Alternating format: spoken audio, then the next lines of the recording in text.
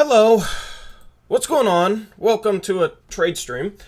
So I'm gonna give my reaction on this dumbass trade the Blazers just made. I can't even collect myself. So, I was finishing up a CJ McCollum video. 5 destinations for CJ McCollum. You guys will now not see that video because it's pointless to put out that video considering the move that the Portland Trail Blazers just made. So I wasn't paying any attention to my phone. I just found out about this like 10 minutes ago. And maybe 15 minutes ago. I'm pissed. I am... dude, I don't even know where to start with this. So Eric, you've been streaming. Thank you for hopping live a little bit sooner than I was able to, because, sorry, I was not paying any attention. Now I wish I never paid attention to this freaking team in the first place. Yep, fire Joe Cronin. He is absolutely not, he's overwhelmed. He cannot handle this job. This is a panic trade that you make minutes before the deadline if your owner's saying get under the tax or you lose your job. This is not a trade you make 6 days before the deadline when no other trades have been made. There's still possibly a buyer's market out there where, like, lots of these players could be, gotten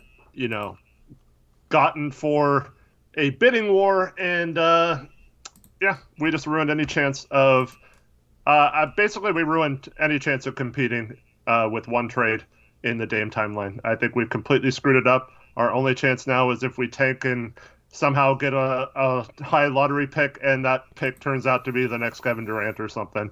And we're absolutely screwed. We ruined every chance we had of getting out of this kind of rut we've been in the last couple of years, and it's done. The franchise is ruined because one dumbass made one bad trade, and this is what happens. Yep. For all the heat that Neil Olshey got, Joe Cronin is worse. And that was my worst fear. Well, my worst fear. Because at least, okay, Olshey made some terrible moves. He never, ever did something this freaking dumb. Dude, okay, so we get Eric Bledsoe, Justice Winslow, and a second-round pick, Eric? And Keon Johnson. Mm-hmm.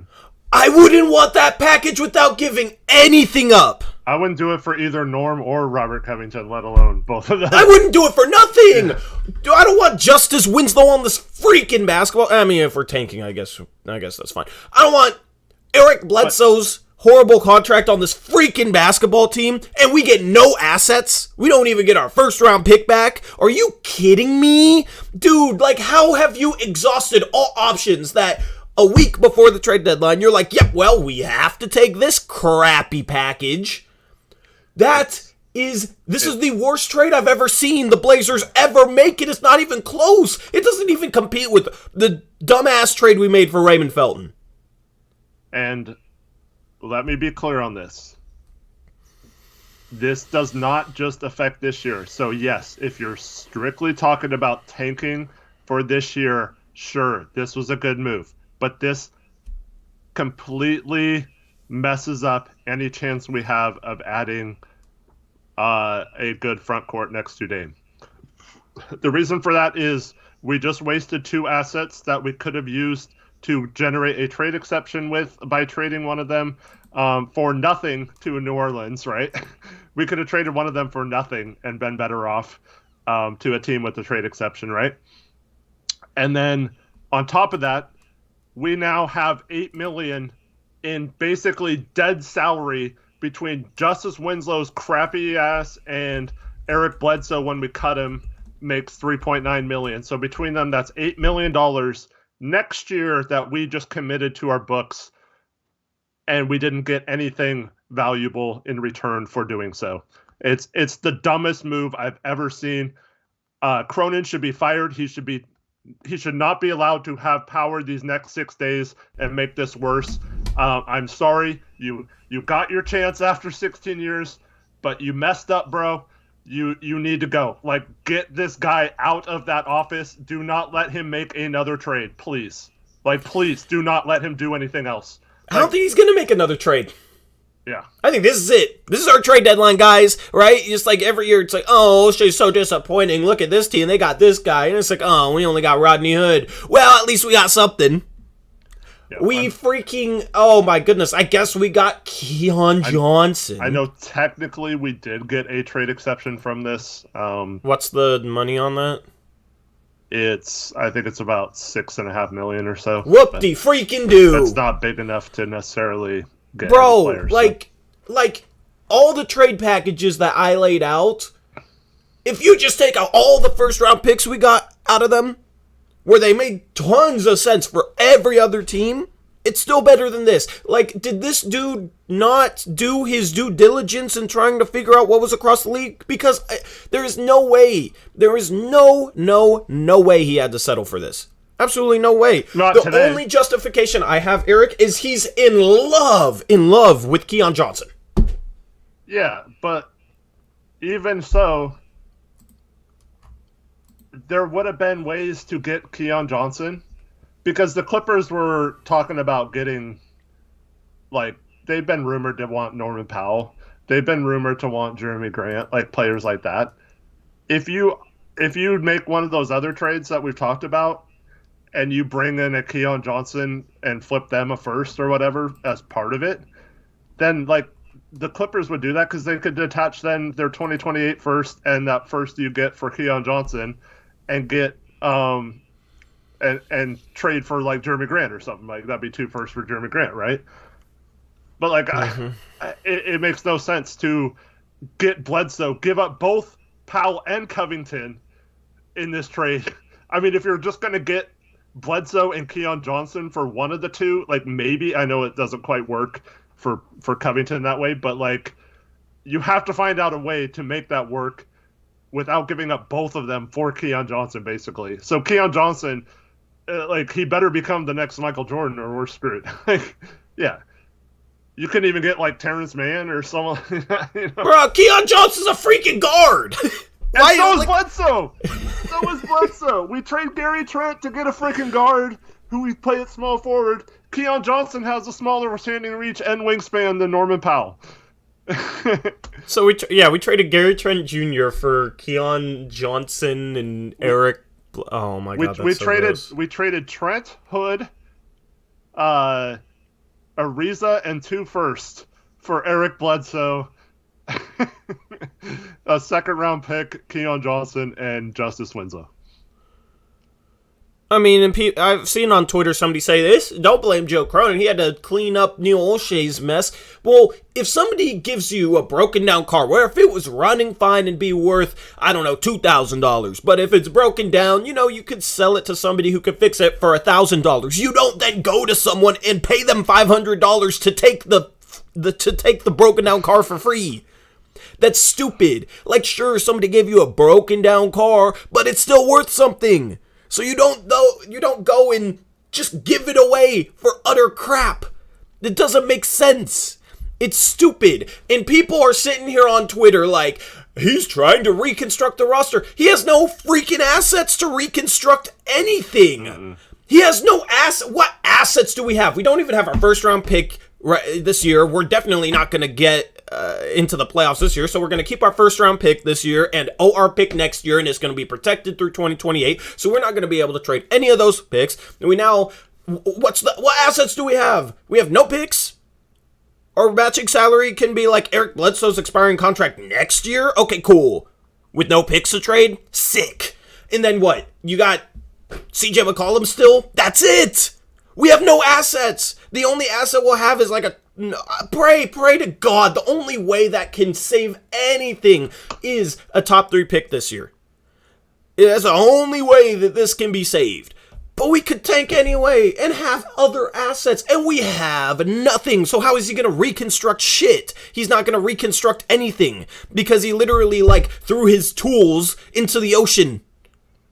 Yeah. That's what he did. He had a chance to reconstruct it, and he just ruined it. If I didn't know any better, he's trying to run Dame out of town. Like, this is the type of trade you make if you're trying to run Dame out of freaking town. Yeah, which will make the Gary Trent trade even worse, because we could have had an Ant-Trent backcourt of the future, and now if we trade Dame, then we don't even have that now. The Norm trade wasn't even bad.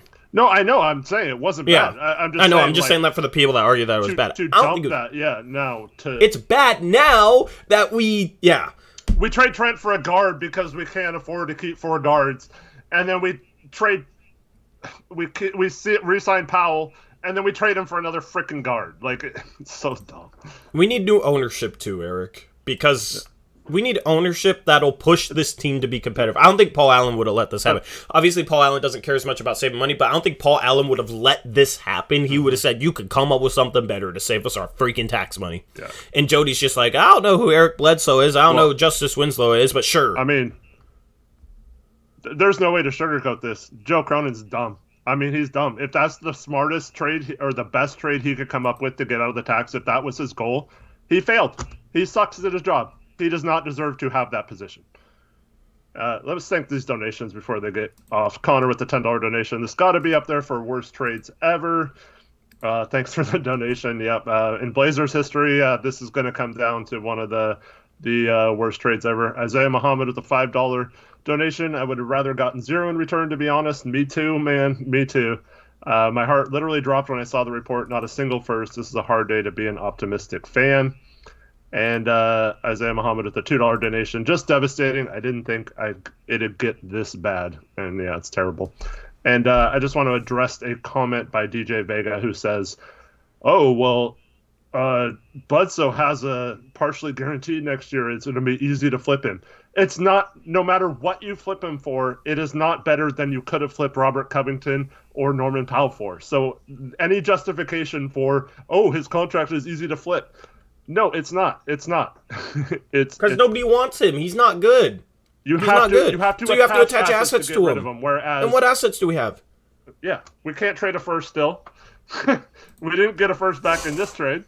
We didn't use this trade to be creative and create a trade exception big enough to go get someone later on after we trade CJ or something. Now we're going to have to trade. If we do trade CJ, we'll create another maybe small trade exception, but it won't be a big one like this.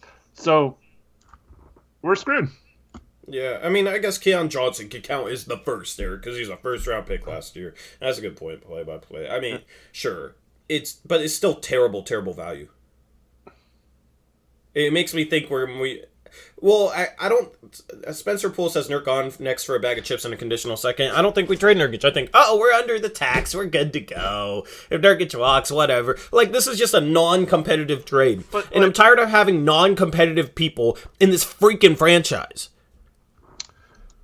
Yeah, Keon Johnson, even if he's good, he's a 6'5" guard who shoots 27% from 3. So, I mean, great. Eric, I know people laugh at this shit, but I wish you were in charge. I wish I was in charge. We could have done better with no experience, in my opinion. Dude, we could have done better by, sitting there and doing nothing. Dude, it's actually impressive how bad of a move this is. Mm-hmm. If you graded this trade, it's a freaking F. It's horrible. Yeah, so play-by-play asked, would Rubio and Keon Johnson really be that much of a trade if we are considering Keon Johnson as a first? That would be a better trade because Rubio is an expiring contract. He does not have $3.9 million in dead money on the books next year. And Winslow also is under contract for $4.1 million. Both of those players are absolutely useless, especially to us. And those players are now under we have $8 million in dead money next year between those two guys and taking up a roster spot potentially because of this trade. Whereas if we'd made that trade with the Cavs and somehow got Keon Johnson instead of a first, that would have been better because at least you could justify Rubio is a non-factor. We get rid of his contract. There's no future money after this year. We would have only had to get rid of one of those two players, not both of them. And it doesn't really matter because we don't get stuck with this stuff. So, yeah, there could be some follow-up trades, but you made your trades so much harder than they had to be. It's just dumb. And it's all because there's certain GMs that just don't know how the system works. To be a GM now, You have to be creative. And what I mean by that is, what do we always hear when we talk about trade exceptions from like the negative people, Tori? It's, oh, trade exceptions usually like 90% of them go unused, right? The smart GMs are looking at these, creating as big a trade exceptions as possible and being like, look at all the things I can do to this, acquire, take on bad contracts for picks, or you can use that to use the picks you do have to acquire a star, or whatever. Like, good GMs figure this crap out and know how to do all these things to create the best possible assets as possible. And trade exceptions are a huge part of that. Getting picks are a huge part of that. Not deadweight contracts. You don't trade your assets that you have for deadweight contracts. We would have been better off just keeping Robert Covington and waiving him after the trade deadline.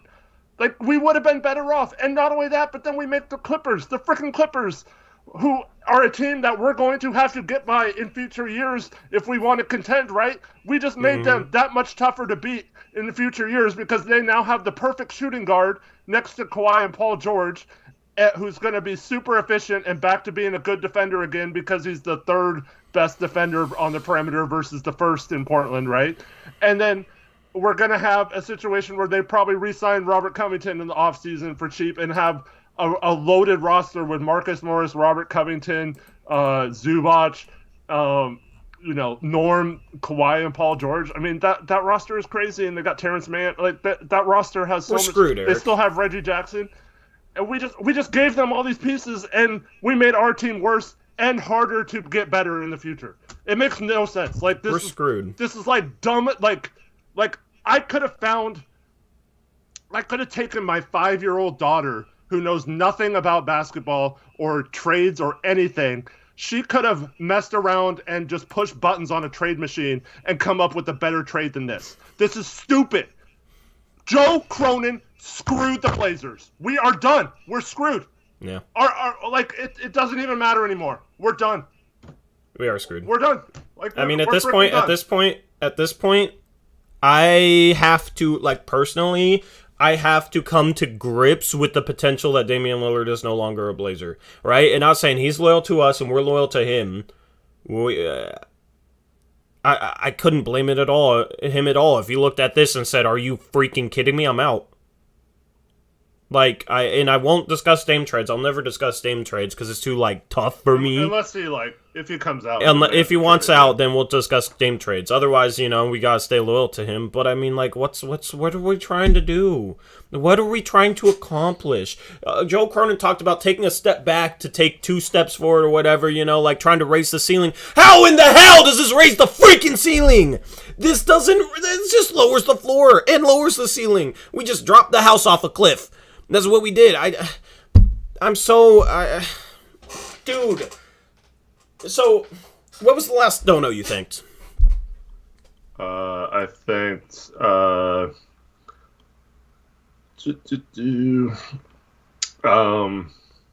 it was Isaiah Muhammad's $2 dono, so the next one up is Pineapples. $5. Yeah, what's up, Pineapples? He says, this trade looks like the Clippers went to the trade finder in NBA 2K with trade logic turned off. Absolutely, this looks like a trade finder trade for the Clippers where they're like, oh, I'll take this one. That's a great trade for us. I don't even know if you'd get that bad of a trade in 2K with trade logic on, and their trade logic sucks. So, appreciate it, Pineapples. Thank you for the dono. Shout out to Daxton for a $2 dono. Says, get a first for just Norman, which is so much better. I mean, the Pelicans wouldn't trade a future first for Norm? Absorb him into his traded player exception. We get way under the tax line. Like, did they just really not want him at all? Like, I'm so lost as to this trade. And like I said, we could have traded a first then to probably the Clippers and probably gotten Keon Johnson if that's who you really wanted. And and then the Clippers would have had assets to attach to Bledsoe to get someone better in that trade, and we would be way under the tax and have Keon Johnson and nothing else on our books. That would be fine. Yep. Shout out to Reese Cooley for a $5 dono. Says, Keon is nice, y'all, but this trade is a major L. Keon would be a lottery pick in this year's draft. His defensive upside is crazy, crazy. Trust me. Here's the problem, though, Reese. He's a freaking guard. So what's our plan? Like, how's he going to start? He can't play the 3. Are we going to trade Ant and CJ too? So Are we like, going to trade Dame? Like, people talk about Nasir being 6'5", right? Nasir at least has a long wingspan. What's Nas's wingspan, like 7'4" or something? it's like 7'1", I 7'1", yeah, something like that. And he's 6'5". But think. this guy Keon Johnson's 6'5" with a 6'8" wingspan. So like, if you're worried about size and stuff like that, then that's not necessarily the case. But What's Keon Johnson's standing reach? You said it's shorter than Norman Powell's. I'll look it up. All right. I mean, like, that's the thing. Is like, if he was a 3 or a 4, then okay, maybe. But no. Like, what are we gonna like? He's a guard. Like, I don't disagree with you, Reese, at all. It's just he's a guard. It's 8'1". He's 8'1". That's what it says on here. 8'1" standing reach. So this dude has a standing reach that's 4.5. What? Oh man, this is even worse. In shoe or without shoes, measured 6'3" and 5 inches. In shoes, 6'4" and 3/4. 6'3" and 5 inches. 6 foot 3.5. And he has an 8'1" standing reach. Norm's standing reach is 8'5.5". So Norm somehow... is 6'3" without shoes, with a 6'11" wingspan and a 4-inch greater. Yeah. And Norm's too undersized to play the 3. Keon Johnson is as undersized to play the 3 as CJ is. Disgusting. Keon Johnson can't play the 3. He also can't play point guard. He's literally like, what? Him? And he can't shoot, so he's not a shooting guard. Yeah. He's an athlete, dude. He should be returning kicks in the NFL or something. I mean, come on. I like him as a prospect, but to say that he had first round value still like is dumb. Like I don't know. It's horrible, dude. I am so sad. I was so excited for this year's trade deadline, putting in a lot of work for that stream, putting a lot of work on this video, and it just like everything just blew up in my face. But when you cover sports around like trade deadlines and off seasons, you have to be prepared for a bunch of work to go to waste because the team does some stupid stuff like this. Oh yeah, he's got a huge vertical though. That's cool. Yeah, we got another Pat Connaughton. Shout out to the Under Armour Gamer for a $5 donut. Says, we are not trading CJ. Bucket. Yeah, I don't think we're trading CJ either. Thank you for the dono. Shout out to Isaiah Muhammad for a $5 dono. Says, Clippers were definitely trying to hide their giggling on the phone when we said we would accept this offer, LMAO. Dude, imagine being a Clippers fan. Like, we have no assets, man. We have no assets. And then you get Norm and Rocco for that.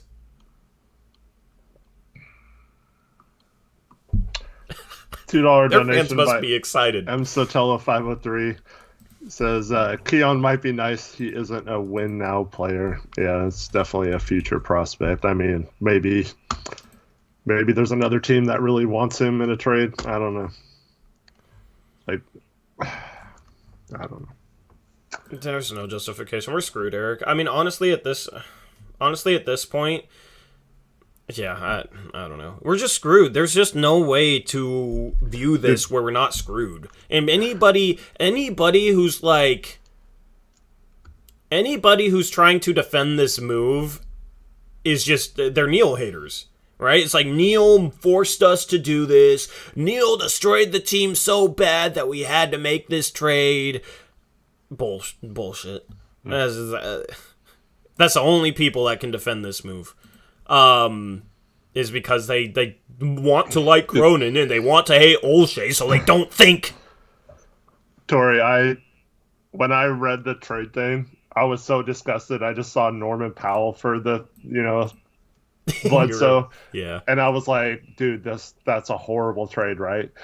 And then I went back and read it again like 15 minutes later, and I was like, wait a minute, Robert Covington was in the trade too? Are you freaking kidding me? Like, what the... Oh, man. So I was already disgusted when I thought it was just Norman Powell. And no. Dude, how did the Blazers end up in the worst spot of my... So I have 4 favorite teams, like top tier favorite teams, right? It's the 49ers, right? They should be playing in the Super Bowl. It's Gonzaga. They're number 2 team in the country. Cool. It's the freaking Seattle Mariners. But they have the number 1 farm system and a bright future and finally have a GM that knows what he's doing. So they could make the playoff. I think they'll make the playoffs in the next year or two. How did the Blazers end up worse than them?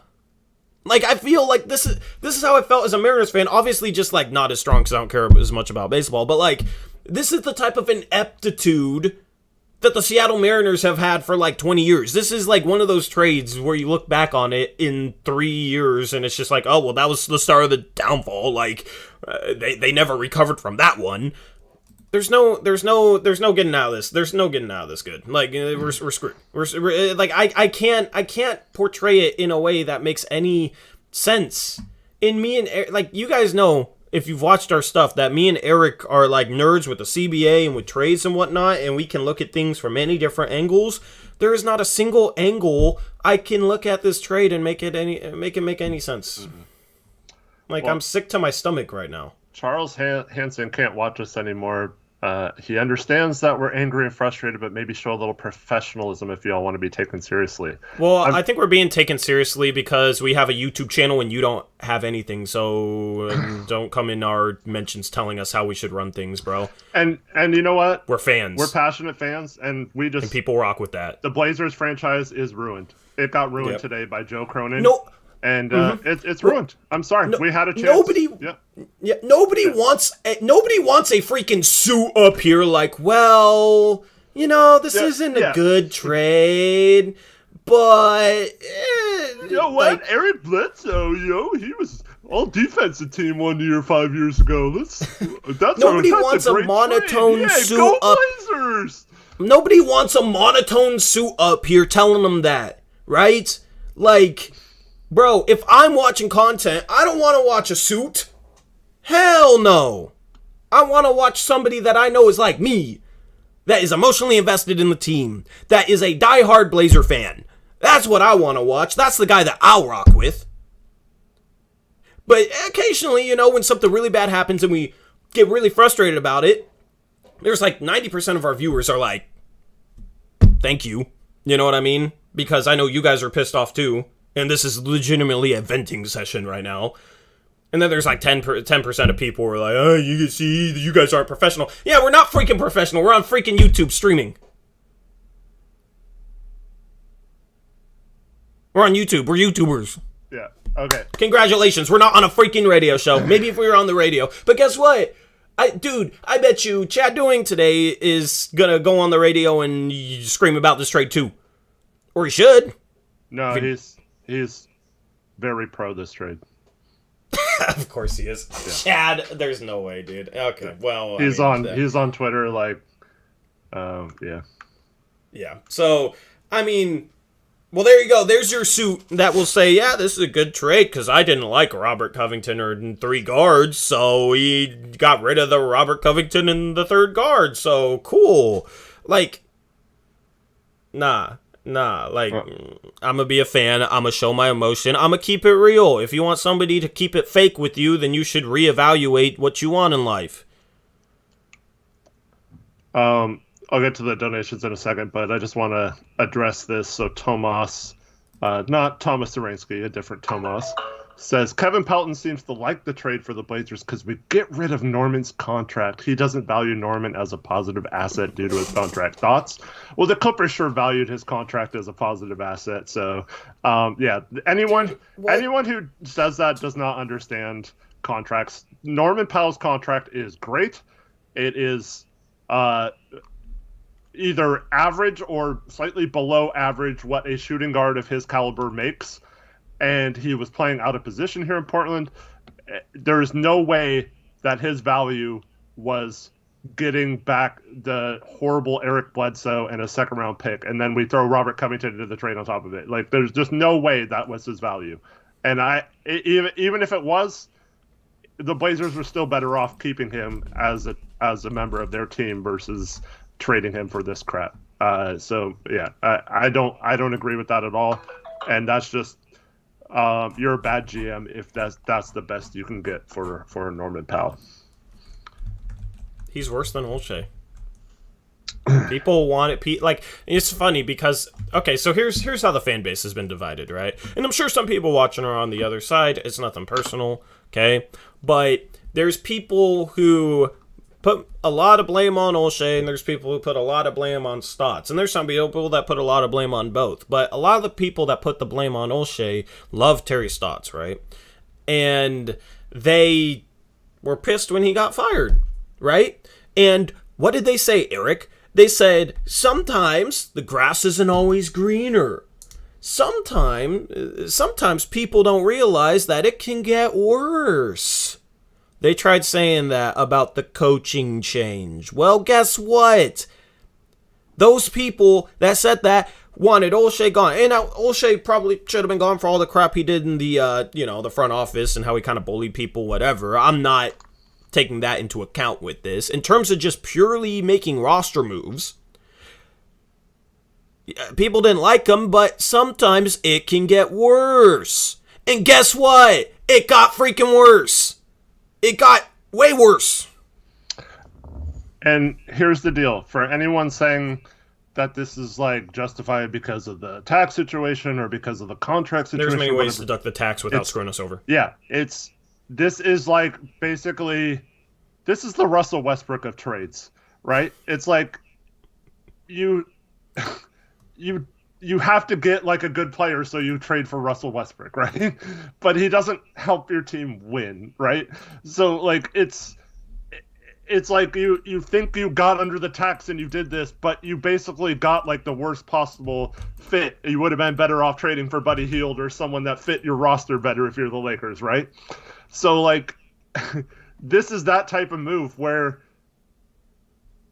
you don't make this trade 6 days before the deadline. You make it if your owner is telling you you have to get into the tax and this is the last possible option. Maybe you do it right at the deadline, right? Right at the deadline, you're like, okay, we tried all avenues to get rid of these guys. But here's the problem. We just traded 2 combinable contracts, and now we can't even combine them to get a player, and we don't even have assets now to do anything else. Like, it's dumb. It's dumb. We ruined a chance of incorporating, even if we were going to make this trade, incorporating a third team and somehow getting a bigger trade exception from doing it. And I don't understand why anyone would justify making this trade 6 days before the deadline. Like, this is a panic move that you make at the last second if you're desperate. And even that is dumb. But, like, there's just no way you should take the assets you have and get rid of them now before you even know what teams are going to, because there's still enough time where teams are bluffing or not willing to overpay for a certain player, but come next Thursday, those teams are going to be like, oh crap, Jeremy Grant just got traded to the Chicago Bulls. Oh crap, John Collins got traded to like Philadelphia or something, like, and you're the Cleveland Cavaliers, and you're like, uh-oh, we better do something. Or like, like the Boston Celtics or the Knicks or something, or like, oh crap, all these other teams are making trades or whatever. Like, we didn't even get to that part of the process before we made a stupid trade. Like, it makes no sense. Yeah, it makes no sense. I don't know. Dude, if this trade happened our mock-off season, it would be... Yeah, it'd probably be vetoable. Yeah, like, oh my goodness.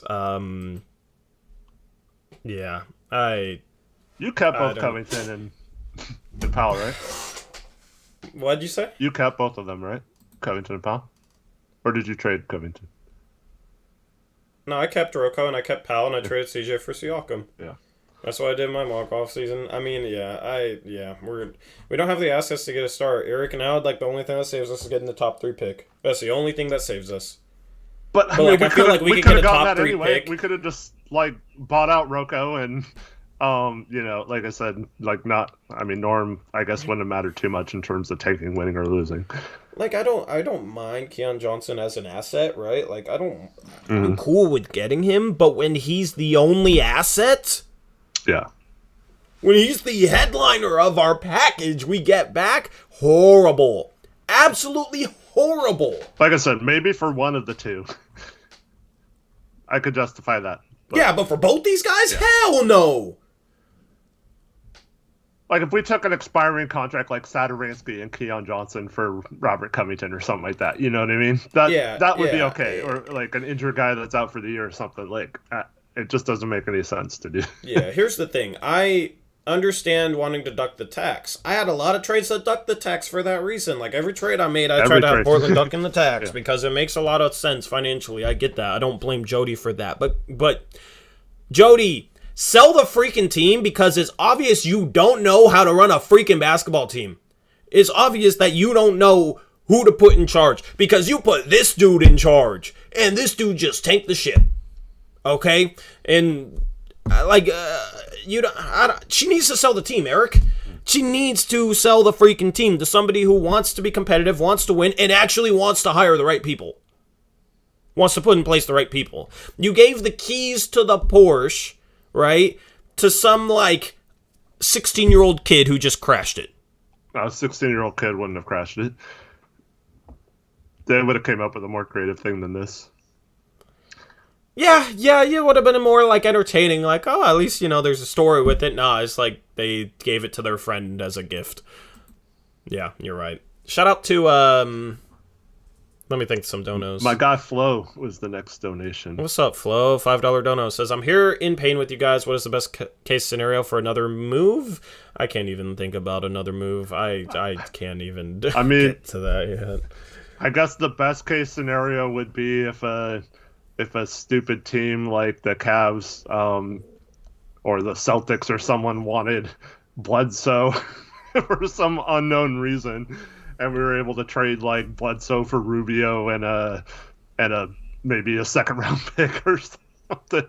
That's probably the best case scenario because we can't attach any firsts or any good things to Bledsoe because we can't combine his salary with anything until the off season now. And by that time, we have to decide basically if we want to keep the contract or and possibly be stuck with it or cut him so it only counts as $4 million against our cap instead of 18 or whatever the frick he makes next year. And then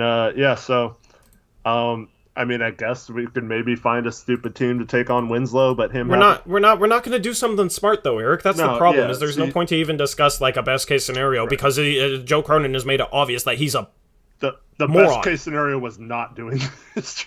Yeah, I have no confidence in him doing something good now. Even if we do our CJ to New Orleans trade, right? Like I said, we could have somehow incorporated this trade into it so we got a bigger trade exception.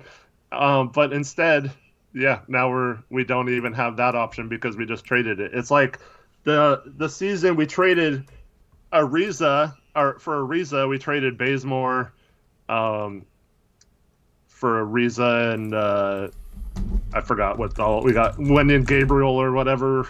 So that season we were trending towards wanting to duck the tax, right? And then we end up trading Scal for nothing at the trade deadline to try and get as little tax as possible, but we were still over the tax. But the problem is when we made that Kent Bazemore trade, we lowered our tax number, but it also hurt our chances of getting under the tax completely because then we couldn't combine Bazemore with Whiteside or another contract at the deadline to get a little less back and completely duck the tax. So, and that's ended up screwing us for several years because now if we're in the tax again, we're in the repeater tax. If we would have ducked the tax that year, we would have not been in that situation this year, possibly.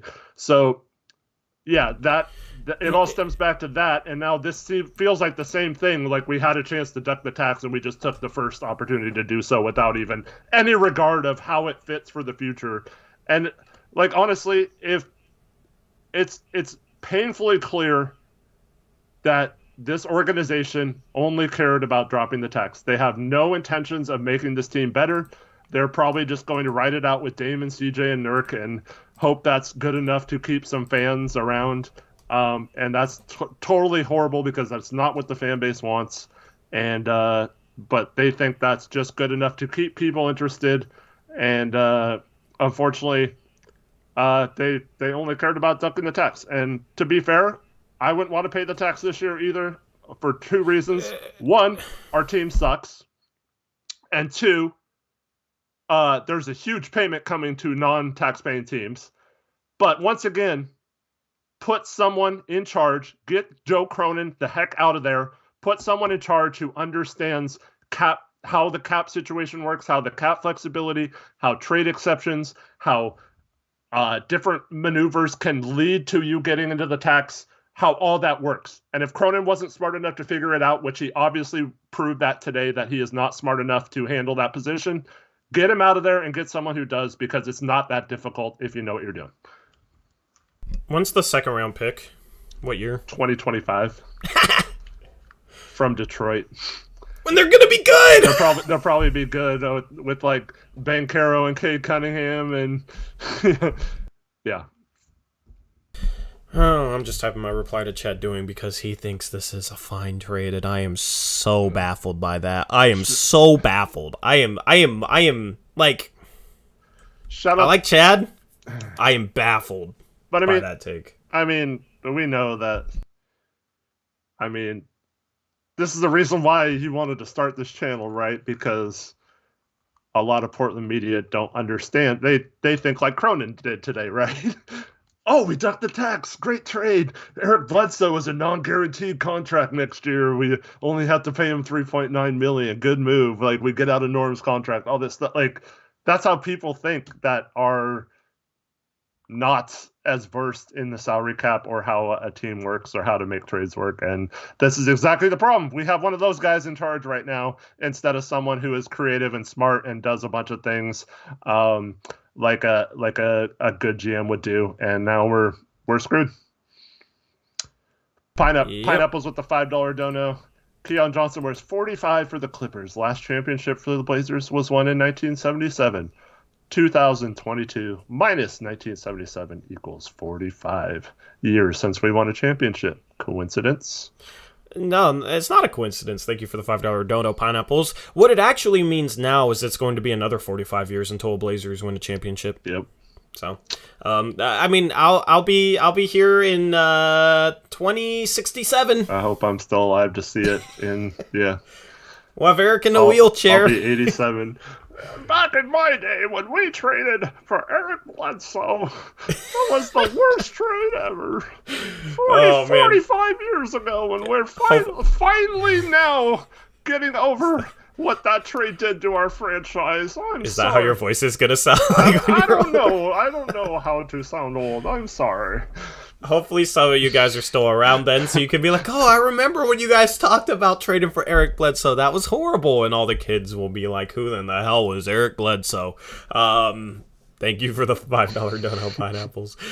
Daxton H, $2 dono says, we have Dame, CJ, Ant, and Dennis. Why do we need Bledsoe? He was just the salary to match, and the Clippers don't want him. He's garbage, so, yeah. I don't know. Watch, now we're gonna like flip Bledsoe for Jeremy Grant, and I don't know.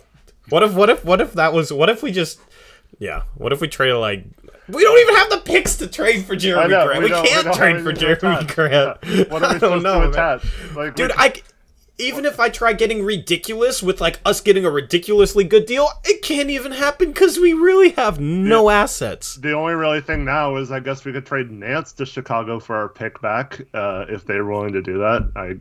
I guess to be able to trade, but if that's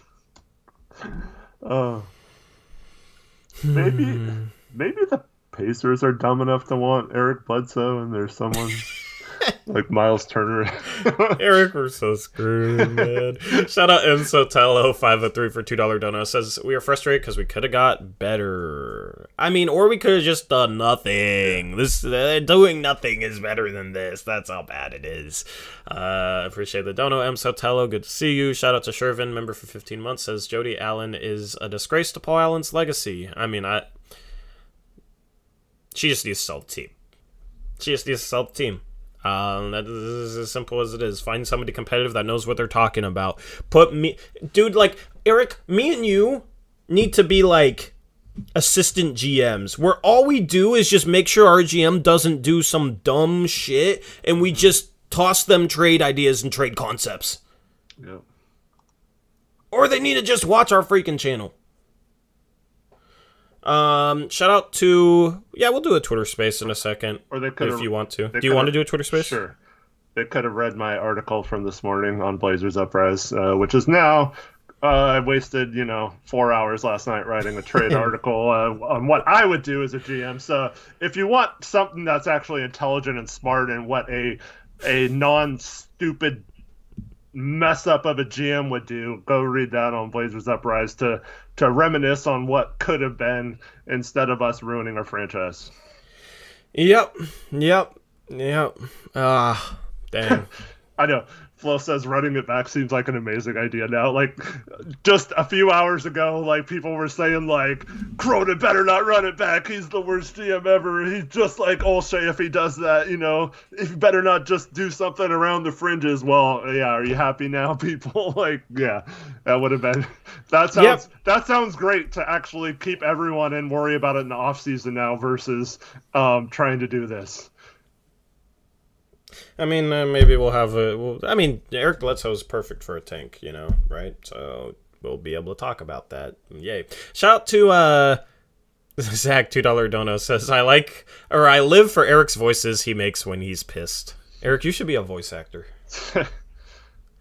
You could play an old man as a voice actor. Someone, like, I've been told, like, I've been insulted in every possible way in my past, right? Like, I'm ugly, I know, like, whatever.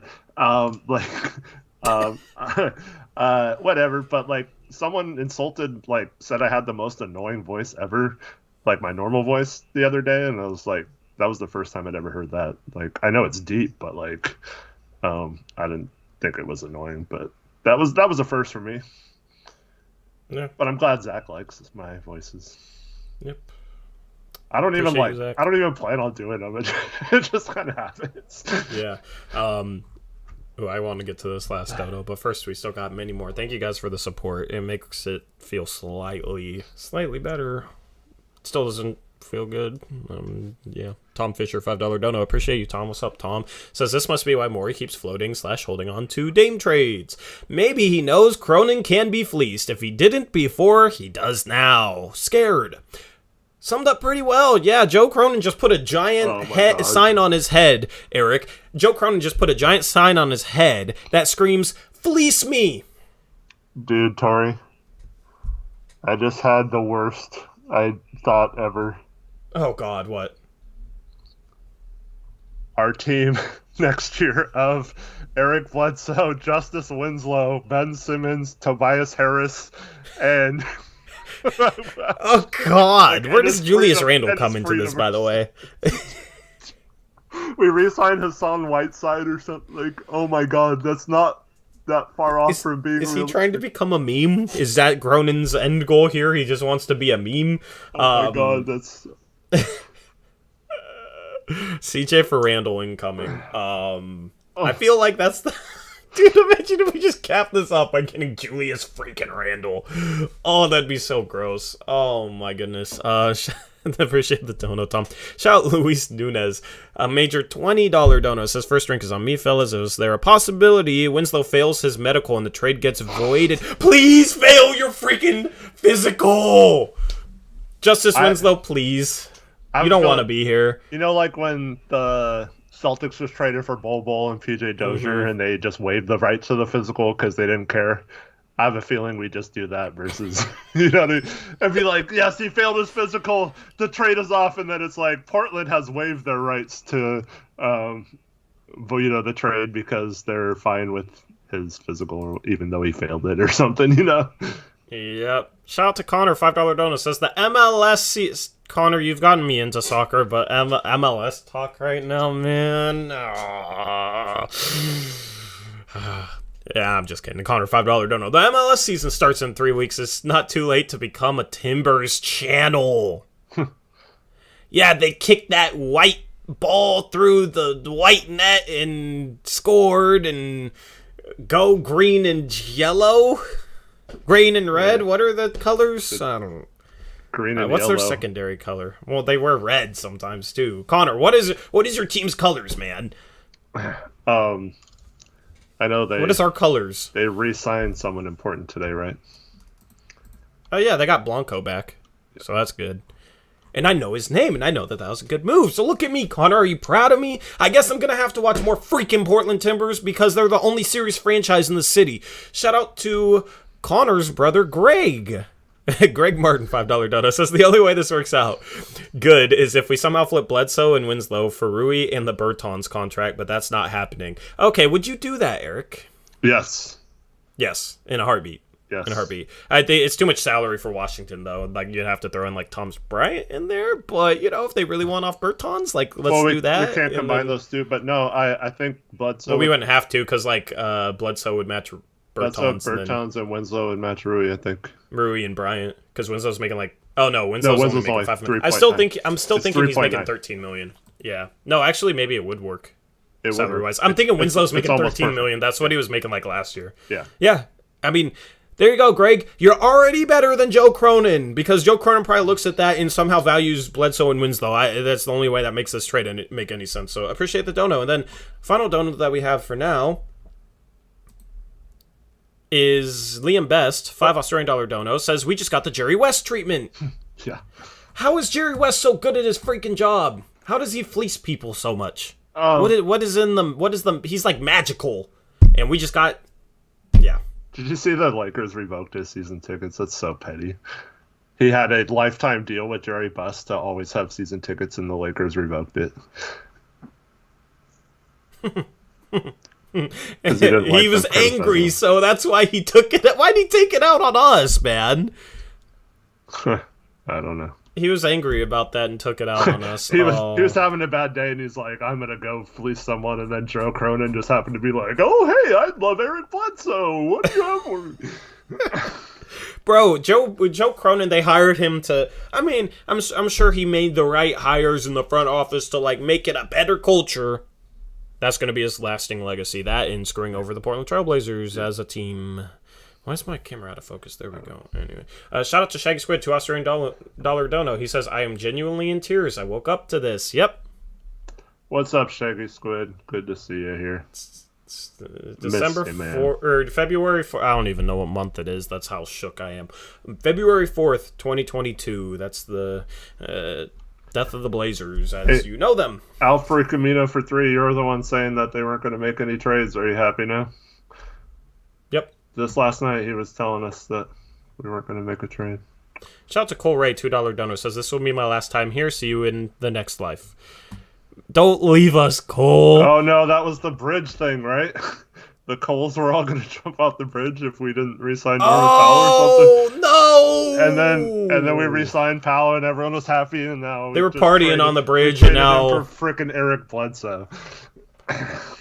And I'm right there. Winslow. Cole, can you wait? Can you wait for me, Cole? I get like.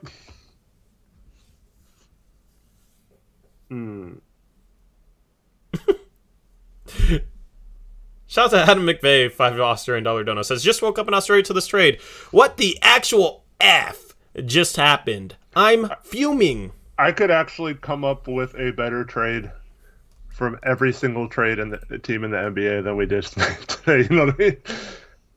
I would rather have Taylor Horton Tucker and Kendrick Nunn than this trade. Yep. I am so tired of people on Twitter trying to tell me, you should watch Keon Johnson. Watch his Tennessee highlights. Bro, I knew him before. Like, this dude's in my mentions. I know they probably don't know who I am and think I don't know who Keon freaking Johnson is. I knew who Keon Johnson was like years ago. Before probably 99% of this stream chat, if not all you guys. Because I pay attention to like guys when they're in high school. I pay attention to guys when they're in college. I watch a lot of college basketball. I know who Keon Johnson is. I've watched full games of his. And it's like I get, I'm mad about the trade, and somebody goes on Twitter and it's like, breathe, we're going to be okay. Like, okay, I get, positive vibes, whatever. Like, I can respect that, whatever. It's not going to be okay, though. We got off $10 million next year and $30 million in 23-24. Bro, Norman, we did not get off $30 million in 23-24. Robert Covington was an expiring contract. So we got off Norman Powell's contract, that's it. So, like, 16, 17 million. But that's a good contract, and you can trade that for things. And that's not a contract that you want to dump for nothing. It doesn't make any sense. Yeah, and then we got a very high young upside guy with Keon. Watches Tennessee highlights. The guy is an amazing athlete. Obviously, none of us wanted to rebuild, but we'll get through. I see, Norman's like, happy as heck right now. He gets to go back to LA. Yeah, but like play in a good people, team. like that's not like, I mean, I don't know, like, that's not mean or anything, so I can't respond to that in any bad way. But it's like, obviously, it's not about, oh, we're rebuilding, I'm scared or whatever. No, it's a dumb trade. Yeah. Like, I hate when people try and, like, dumb things down to try and explain a trade to me when, Eric, like, me and you have studied trades. Yeah. Me and you have studied the CBA. Me and you have poured our time and energy into this type of stuff for years before the channel started, so that we could understand this type of stuff. And then it's like, people will try and, like, dumb it down on Twitter, like, hey, we're gonna be fine. We got, their numbers aren't even right. And go watch Keon Johnson, you know, watch his Tennessee. I hate that. I hate that. But, you know, I can't, I don't know. Yeah. Anyway. I mean, don't see if anybody, like, yeah, I'm just not even responding to anyone right now. Yeah, if anybody like says that, you can't respond to them badly or anything, because it's like, I'm not, you know, it's not with malice at all or anything, but that type of stuff just drives me crazy on Twitter, and I've seen a lot of that type of stuff. So, shout out to Polly Ross, $2 donut, says, we reunite Raptors champ team, Kawhi, Ibaka, Norm. Yeah, Norm's thrilled, man. Honestly, at this point, I don't like Norm. And given how bad we got fleeced for him, now I really don't like him. And I know it's not his fault, but I don't yeah, no. I think we missed a couple other. Did you get Adam McVay's Australian $5? Yep. I put a lot of emphasis on the F form. Okay. And then Cole's. And then Polly Ross. Thank you, Polly Ross. And then Liam Best. Bridge jumping tonight at 10 p.m. You got that? Oh! No, there's... Cole Ray, $2 dono. Yeah, I thought it was the one above. Yeah. Cole Ray, $2 dono says, I'm the OG Cole bridge dumping tonight at 10 p.m. Yeah, we don't advocate for that, Cole. We'll be okay. Just gotta wait like another decade, and maybe we can contend with, I don't know, we'll have like Bronny James or something. Thank you for the dono, Cole. And then the final dono was Liam. Or do you want to go? No, good. No, good.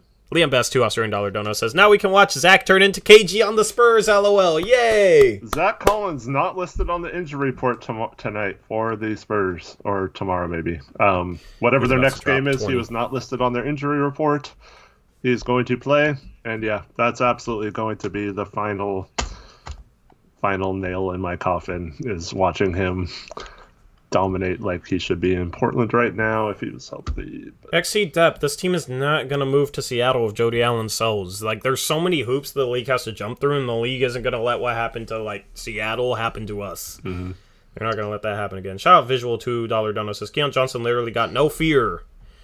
Yeah, I mean, he's exciting, I guess. You know, we just want to get another, like, future dunk contest winner, I guess. You know, we're putting together, like, the trampoline guys with no trampolines. I think that's the plan. Appreciate the $2 dono. Visual. They should come out in timeouts and halftime and do some show since the team's going to suck so bad. Mm-hmm. Hyperprime asked how my mom feels. I saw her in chat earlier saying she doesn't even want to go to the game now tonight, so I don't think it's very good.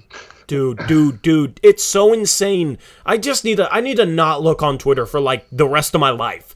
Because I go on freaking Twitter.com, Eric, and it's all these people that would have absolutely eviscerated Olshey if he did this. They would have freaking lost their mind at him. And now it's like, I'm choosing to go with positive energy. You know, I'm interested to see what Keon Johnson can do. You know, they're freaking excusing the trade. Bro, like, so many people don't have real opinions. It's just based on how they feel about the GM. And it drives me insane. Because dude, you know as a fact that a lot of people that are okay with this trade would have hated it. Would have been like, oh, Shea's the worst GM alive. Look what he traded Gary Trent into. Yeah, look at this, look at that. And now it's... Yeah. No. You gotta be kidding me.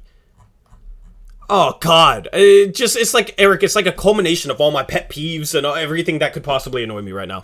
Dumb trade, Twitter. Keon's fine. It's just, it's not enough value for what we should have gotten. He's not. We talked about, how many guys have we talked about who, like a Herb Jones or whatever, guys who were in this past draft that are helping teams, like good teams, win games. Keon Johnson is not one of those guys yet. And he won't be one of those guys for probably another 2 to 3 years. And he's a guard.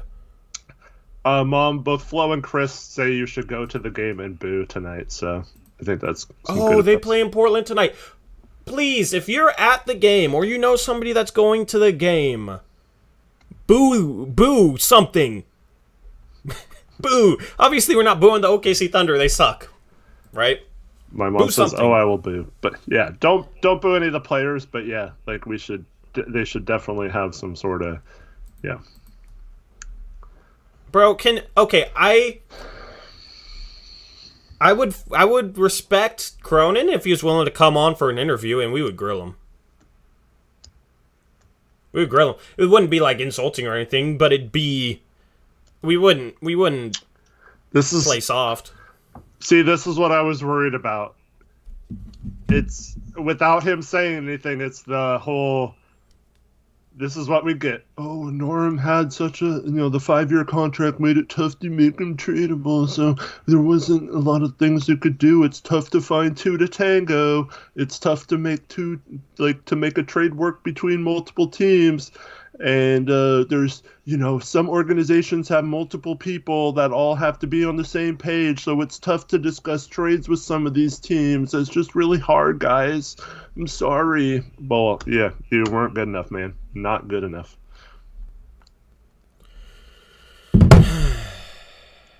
William Best says, $2 Australian donor says, watch us go on a streak and ruin the tank. Yep, well, now we have to tank. Now we have to pray to the Lords for a top 3 pick. Yeah. But see, here's the problem. Okay, this helps the tank, and then we'll right? take Johnny Davis. We didn't have to tank. We didn't have to do this bad of a move to screw up our future. We could have gotten assets. We laid out numerous ways we could have gotten assets to both tank this year, give us some prospects to help for the future. Maybe Keon Johnson turns out, and we're like thankful that we have him someday, but I just don't understand how it's like. You know what this is like, Tori? What? It's like when the New York Giants. I always like my football analogies, right? Football analogies. So a couple years ago, they have the 6th pick in the draft, and they take Daniel Jones, right?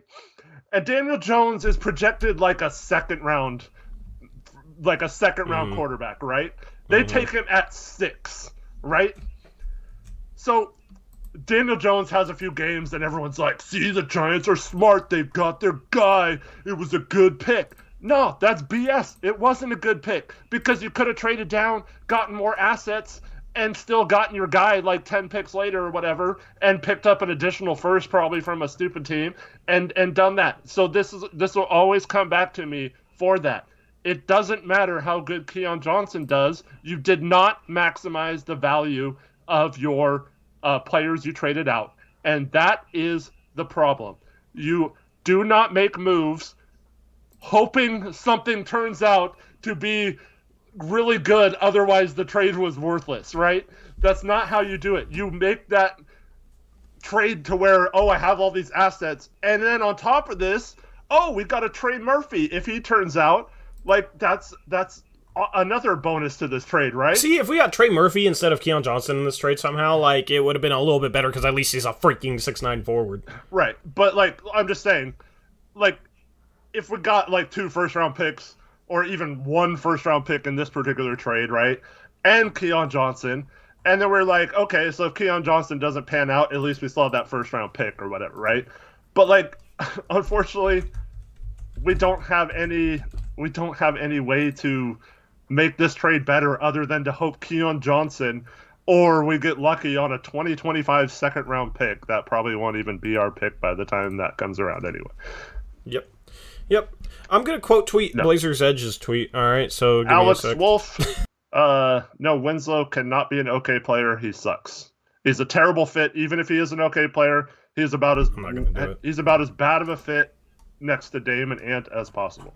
Bro, Blazers Edge is like would have hated on Olshey if he made this trade. And I just went to their Twitter page, and like the subtext for the article is Blazers trade for Winslow is pedestrian, but important. Portland didn't get a big haul, but they ticked off a couple of boxes. This is why I made this channel, is because, like...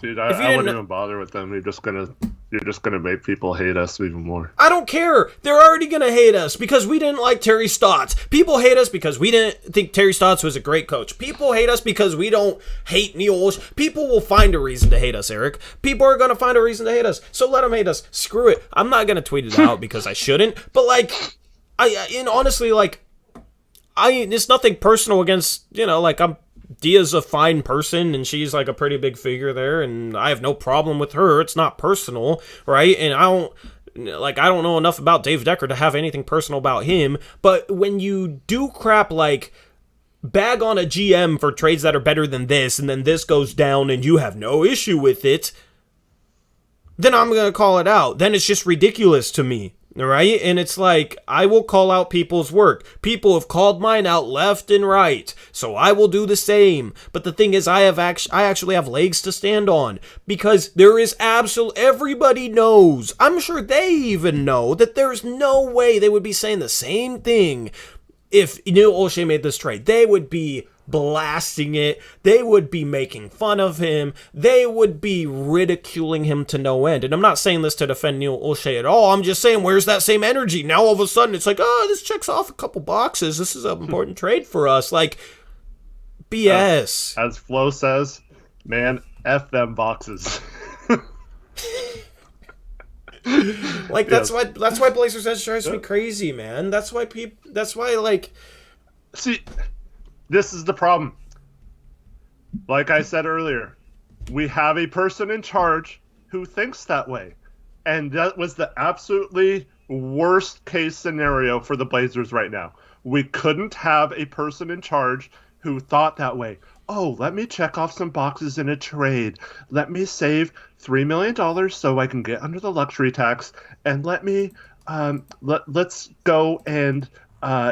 get rid of Norm's contract in future years so we save some salary and, get rid of that for future years, When he was probably part of the reason why we re-signed Norm, you were there under Olshey offering that contract, dude. And this is the problem, okay? You checked off the boxes and you screwed your team in doing so.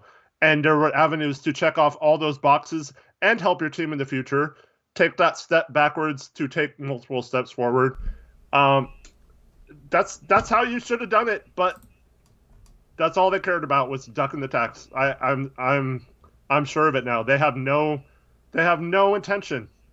Yeah, Cronin said big picture in that article. He has no clue what the big picture is. This is a stupid move that was generated based on ducking the tax and nothing else, and it doesn't make sense to do so and not help the team win, which a good GM would have found multiple ways to do that, and he cannot handle that position. It's just too big for him. I'm sorry. He needs to go back to being, one of the people behind the scenes and a small picture guy, because he cannot handle the big picture. Yep. Anyway, I gotta run for 2 minutes. I'll be back in 2 minutes, and then I'll think off the donos if you want to keep talking about whatever. I'll try and put your... What was the camera only? What was what? What was the last dono? I can start reading them or whatever. I want to wait until I'm back, because right. one of them was like, one of them referenced me, so. Okay. Yeah, let me. Yeah, just give me a second. All right. So Let me get your solo camera up there. I gotta like resize it all okay. and fix it.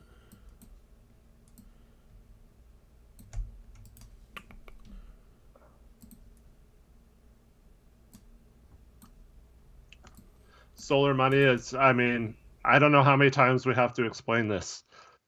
You had to use those contracts to create assets to use to get better players. Now we are stuck in a situation where we do not have Norm to trade. We do not have Robert Covington to trade.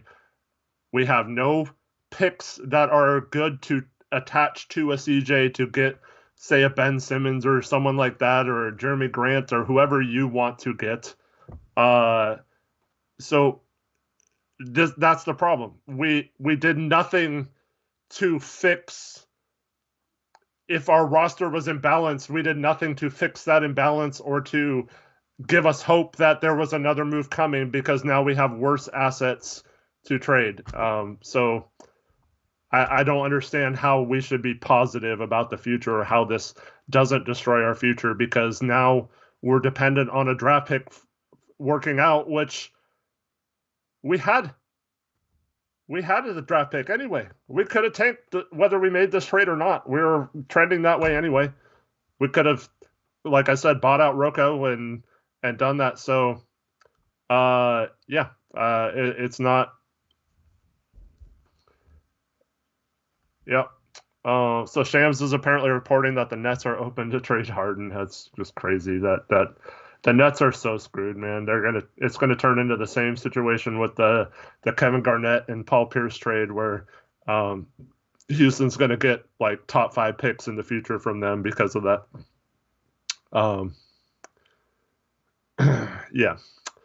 And then like, so notice how like people like Shams and or Woj are talking about how good the Clippers are now, and Hamza mentions this in chat.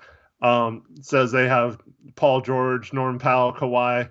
They're dang good. Yeah. So yeah, they're talking about how good the Clippers lineup is now, but yeah, Norm was a negative asset. Get out of here with that crap.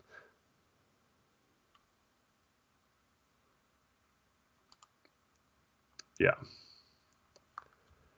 We had Ant though. Solar money. We had Ant. We had a lottery pick. That didn't affect this trade. We still could have made trades to improve our stuff. Go read my trade article today if you want an example on that. Go to BlazersUprise.com. You can look at what a plan we could have had to had multiple ways of getting a great roster around Damian Lillard. And now we're screwed because we have Ant and Dame and that lottery pick, and that's all we have. I mean, we're going to try to trade CJ for like Jeremy Grant or Miles Turner or some crap. Yeah.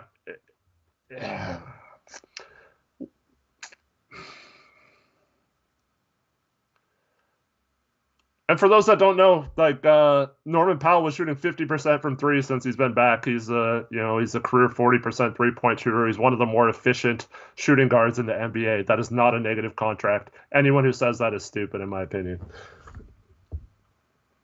I really hope Dame doesn't ask for a trade. I hope this isn't relevant to him. I mean, it could be the most likely thing that happened was that Rocco and Norm have been the problems from the beginning of the season. We know they've been mistake prone on defense. They've had attitude and laziness issues on that end. Rocco is just letting his defender go by him and swiping at balls for steals. And Norm has trouble getting back on defense a lot and makes a lot of mistakes. So, I mean, this could have just been like, from their point of view, they wanted to get rid of the, like Billups was saying, I don't want those guys on my team anymore. And this is how they thought. And then from Billups' perspective, maybe neither Bledsoe or Winslow or Keon Johnson were all there. None of those guys were there when Coach Billups was the assistant there, so I don't know why he would want any of those guys. But and then we get back like all freaking guards and wings that can't shoot, so it makes no sense at all.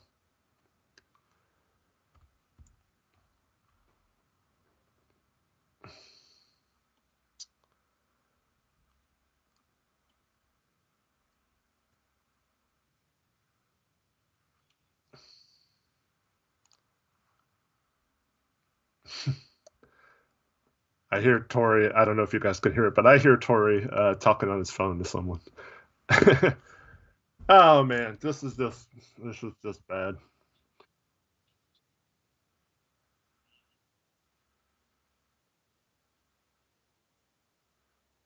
Who are you talking to, Tori?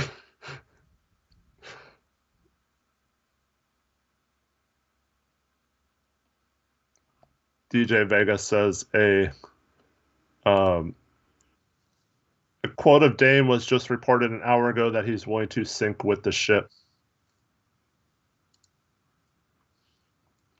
Where is that from? Can you please let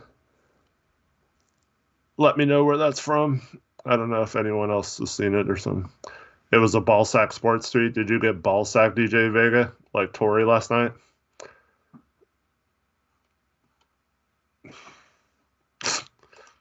Yeah, don't. Got ball sacked.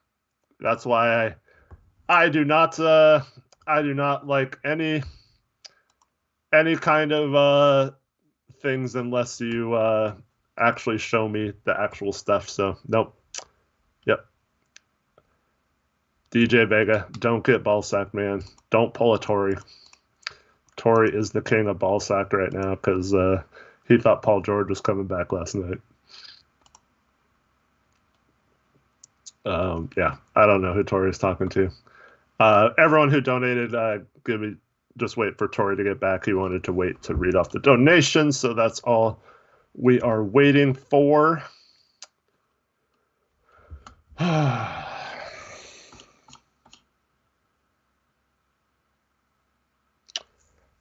According to Shams, the Philadelphia 76ers are expected to pursue Brooklyn's James Harden ahead of the NBA trade deadline Thursday, and the Nets are now open to discussing a deal. Man, if that guy gets rewarded for this crap that he pulled with Ben Simmons. It's going to be so dumb.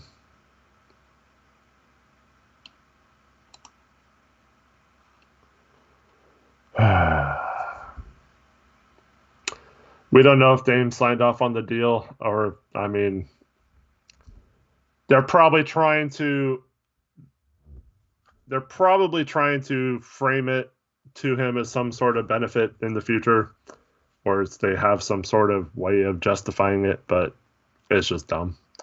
And this is why we need someone in there who can actually do a creative trade, because most of Olshay's trades were pretty generic and bland, and if it wasn't like, it was straight up trade one team to another, and usually that consisted of one of a handful of teams, then he couldn't really make any moves. And then, yeah. I mean, I'd be surprised if CJ got traded. The Blazers got out of the tax. They might make a couple other small trades, but yeah. Yep.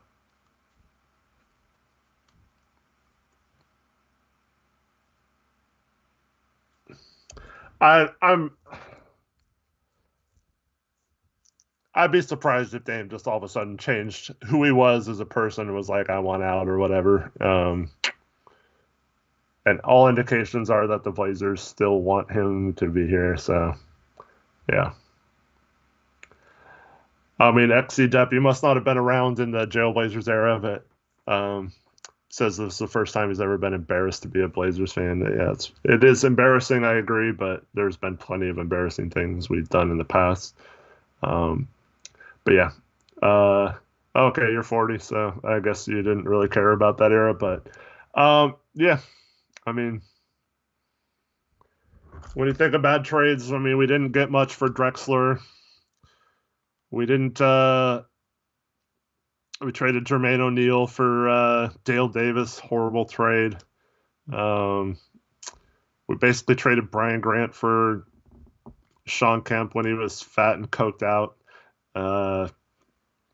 Yeah, there's been some bad trades, bad draft picks, and yeah, this goes with the territory, I guess. Sucks because Olshey being gone and Olshey's gone. we have a chance to clean the slate, build properly around Ant, Dame, and Nas, and maybe Nurk or whoever, and we ruined it. I don't know why I got hopeful that anything would be different this year, but it wasn't.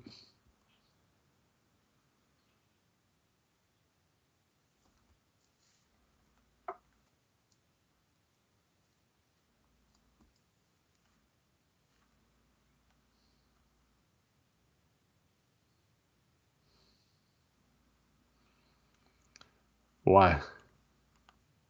You're muted. Okay, well, let me rephrase that. Do you think this could be Jody Allen doing a solid for Steve Ballmer? Supposedly they live near each other. Obviously, Paul Allen founded Microsoft. Steve Ballmer worked for Microsoft. Do you think this could... I duck the tax? I don't know. But nothing about this trade makes sense. And that was brought up to me, and I thought it was interesting. I mean, I don't know why we'd care. I mean, even if they're friends, we wouldn't make a dumb trade to ruin our franchise. Yeah, but does Jody, like, I don't know, like, how much does Jody care? I think she cared about ducking the tax. So if it's like, oh, if I can duck the tax and do a solid. Yeah, I don't know. I mean, like, it doesn't really make sense, but none of this makes sense, Eric. Yeah, I just think they're dumb. I just think Cronin's horrible. I mean, that's very possible. Yeah. That's very possible. Yeah. But it's like, this trade is bad enough that I don't think you can roll that out. That's how bad this trade is. Like, because nothing makes sense. Real quick, right after this, we need to get caught up on the donations. But, Hamza, I'm calling you out, man. Do it. All right. I put up with your crap, but all the last few weeks, you've been saying Cronin ain't going to do crap. Cronin's not going to do anything. He's not going to trade anybody. He's going to keep everyone. You were wrong, and now you're trying to say, see, told you I was right about Cronin. No, you weren't, Hamza. That is a lie. He did something. So congratulations. You said he wasn't going to do anything. You dared him, and he did it. So get out of here with that BS, man. You know you're wrong. He did something. He didn't do nothing. So zip it. Be quiet. It was terrible. He sucks. Say that. But don't try to claim that you were right that he wasn't going to do anything, because he did do something. Yeah. See, bro, get out of here, man. He's not going to do a trade, but if he does do a trade, you're contradicting yourself. Like, bro, I hate people that will say, like, 3 different things that contradict themselves, and then one of them happens, and they're like, see, I'm right! Shut up. Shut up.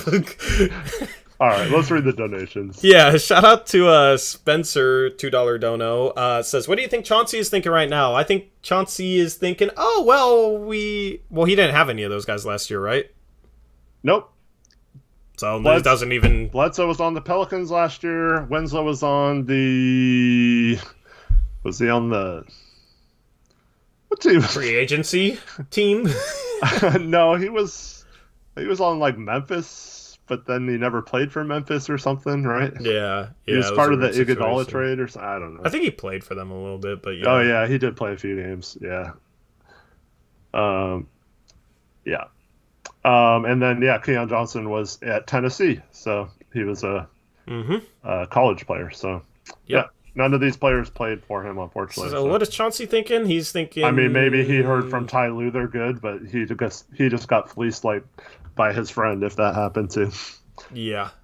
Yikes. This is yikes. Shout out Pineapple's $5 dono. Says, Tori, it would be funny if you got off Twitter and then got on to react to Trailblazers Reddit. Oh, God, no. Do they think this is a good trade, Pineapples?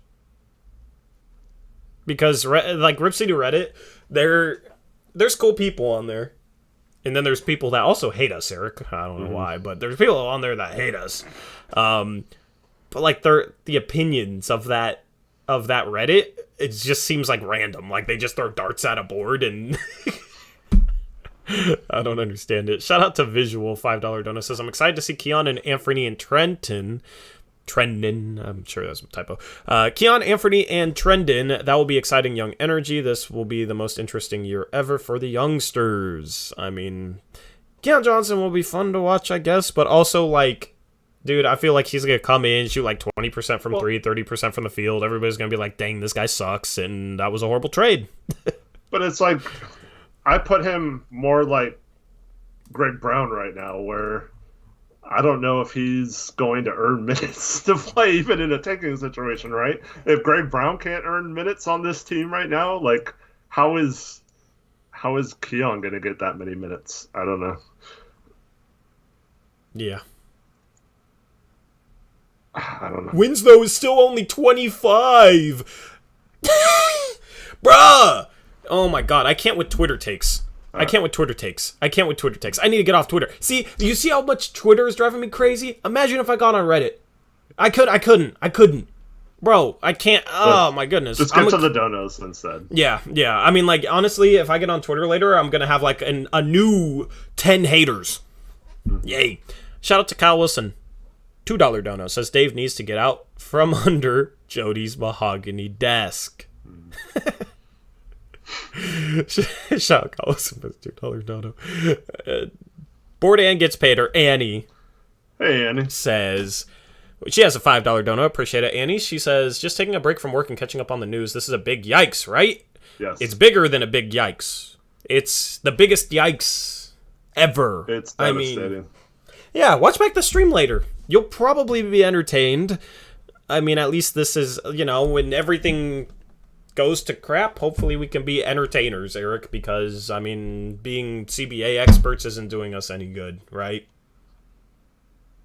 Anyway, I mean, it would be if we had a GM of our favorite team that knew what the F he was doing, but we don't. So unfortunately, we have to sit here being more knowledgeable than the people in frickin' charge, and then have to listen to people say, Cronin's the GM and you're not, so you don't know what you're doing, and you can never be as good as him. Yeah, right. I could have made. They weren't saying that about Olshey. I could have made any trade better than this one. That's stupid. Yep. Stupid ass trade. Shaggy Squid, $10 Australian donor says Cronin and Olshey must be good friends. They teamed up to ruin this franchise. You can't accidentally mess up this bad. Nobody can be this stupid. I can't. This broke me for real. Dude, like, this trade is bad enough that I think. I mean, I don't think there's anything fishy with it. I do agree with Eric that I think it's just dumb, but it's like this trade is such a fleecing. This trade is so bad. Don't try to justify someone being dumb. Okay, here's a Reddit take. Since Pineapples donated and said I should see it, look at Reddit takes. Rahi in chat says, "Holy F, guy on Reddit just told me this was an amazing trade because Keon Johnson will beat DeMar with elite defense." Yeah, the 6'3" guy with an 8'1" standing reach is going to be like 8 foot or 6'7" DeMar DeRozan. Who can shoot? Yeah, no way. Get out of here. But see, like, if I went on I would combust if I went on Reddit right now. Thank you, Shaggy Squid, for the dono. Shout out Liam Best, $2 Australian dono. Our spacing, running floppies for the mid-range. Thank you for the $2 Australian dono, Liam Best. Cole Ray, $2 dono, says Ant and all our picks for Goran Dragic. Or Dragic. Wait, Dragic? I always miss it up. We'd have to add Nurk in there, too, to match salaries. So, yeah, it'd be Ant and Nurk, and then I guess we can't trade a first at least, so it would be, like, all our seconds available. Now we have a 2025 second from Detroit we can add in there, and I think one other second in the future, our 2022 second, that's going to be good. We can throw that in there. So, yeah. Yep, that's... Oh, and look how much. Then we don't have to pay Ant next summer. And Goran Dragic is a free agent. Look how much money we save, even though we still have CJ. And that's the other thing. I mean, I've seen this mentioned several places. Oh, look at what this does in the future. See what they do with the tax savings and the cap savings for next year. We're still over the cap after this trade. We're still screwed. We don't have cap space just because we traded for a guy who has a partially guaranteed contract. And guess what? If you traded Norman Powell to New Orleans for nothing, you could have gotten because they have a traded player exception that could have absorbed them. If they could have just been like, oh well, we want Norman Powell for nothing. Sure, we would have had a $15.5 million TPE. Guess what? You can go to free agents and offer them $15 million because you can sign and trade for them using the TPE that you have. Or you could use it in a trade. It's much more versatile. But I got people on Twitter saying, "Oh, we saved $30 million 3 years from now, and watch Keon Johnson. He's cool. Like, I've watched him." Yeah, I don't know. Anyway, no offense. If you tweeted that to me and you're watching, no offense. I just, there's no justification for it. I'll respond to that tweet after this, and I'll be civil. I just, there's no justification for this trade. Cronin himself, every single possible person. What did we need in a trade, Tori? If we weren't Eric Bledsoe. We needed athletic defensive forwards, right? Mm-hmm. So, do those people think Keon Johnson is an athletic forward that's going to be any different than playing Norm Powell or whatever at that position? Apparently he's DeMar DeRozan, even though he has a 4-inch smaller reach than Norman Powell. Like, somehow it went from Norman Powell was too undersized in a third guard, and, oh, look at Keon Johnson, he's cool. So, yeah, I don't get it, because, like you said, if you got a 6'8" Trey Murphy or something out of it, then at least you had a guy with size and potential 3-and-D possibilities, but it just doesn't make sense to trade for all. We basically got 3 guards or wings that can't shoot. It makes no sense. Yep. Shout out to Chris Brandlin for a $5 donation. Is there any chance that another shoe will drop and Cronin will gain redemption? I don't think so, but maybe we're missing something. I mean, the only possible way to save this is if there is a dumb team that values Eric Bledsoe more than we just did. and I don't think that's possible, but I mean, you never know, I guess. Like I said, a team like Cleveland, if they strike out, or maybe LeVert gets traded elsewhere, or Eric Gordon gets traded elsewhere and they have no value. But this is why you wait till the trade deadline to make these type of trades, because then you possibly could have fleeced them with a Norman Powell trade, and instead of hoping that they settle for Eric Gordon. And then the most you're going to get out of that is maybe a second for Rubio. And I don't even know if they would do that in that situation, but that's probably the best case scenario is trading Bledsoe for Rubio straight up in a second round pick. That's probably the best we can do out of it. And then you're basically saying you traded Norm and Covington for 2 second round picks and Keon Johnson. I don't know how you can justify that, even if he does to make a redemption trade. So, yep. So yeah, yep. I don't know. I mean, it could be we're missing something. It could be there's another team that wants Keon Johnson, or Justice Winslow is a vet that garners some interest on the trade deadline. I don't know how, because he's been terrible. I don't know. Stephen Vaughn thinks this is a fine trade too. I'm so disappointed. I'm disappointed. I don't know how, and it's people are arguing this in a way where it's hard to even argue, because it's it should be obvious how bad of a trade this is, and if it's not, I don't know how to make it more obvious, if that makes sense. Mm-hmm. That's kind of what I'm struggling with. People said, you're overvaluing Norm. There is multiple legitimate reports that many teams wanted Norm. He's a good value. He's an efficient 18-point-per-game scorer who can be solid defensively, can attack the rim for $16 million a year on 5 years, so you don't have to worry about him walking. Detroit wanted him. I bet New Orleans would have taken him for free. The report was they didn't want him, yeah. Cleveland wanted him. Yep, there were multiple teams that wanted him. That's the thing is and we would have gotten a $15 million traded player exception, which we could have used in the offseason to maybe sign and trade for somebody that we could have absorbed in the sign and trade with our traded player exception, right? There's a lot of different maneuvers we could have pulled off. And it's I can't explain those nuanced, complex CBA things to people. It's extremely hard to explain that type of stuff to people who don't watch my content. So then they're sitting here saying, yeah, it's a fine move. I don't know how to explain it, man. It's a bad move. like, yeah, I don't know. It's ridiculous. He's trying to, like, Steven's trying to tell me that the Blazers have no leverage. They had the player that people want. The teams that have the player that people want has leverage. And people wanted Norm. So yeah, the Blazers were in a tough spot, but they didn't even have to trade Norm at the deadline. They could have waited until the freaking offseason and tried to trade him. Right? They could have been like, oh, we're fine, just kind of playing the patient game. Guess what? Morey still apparently has leverage. Apparently the Nets are going to listen to a James Harden for Ben Simmons trade talk. And Shams reported that a little bit ago.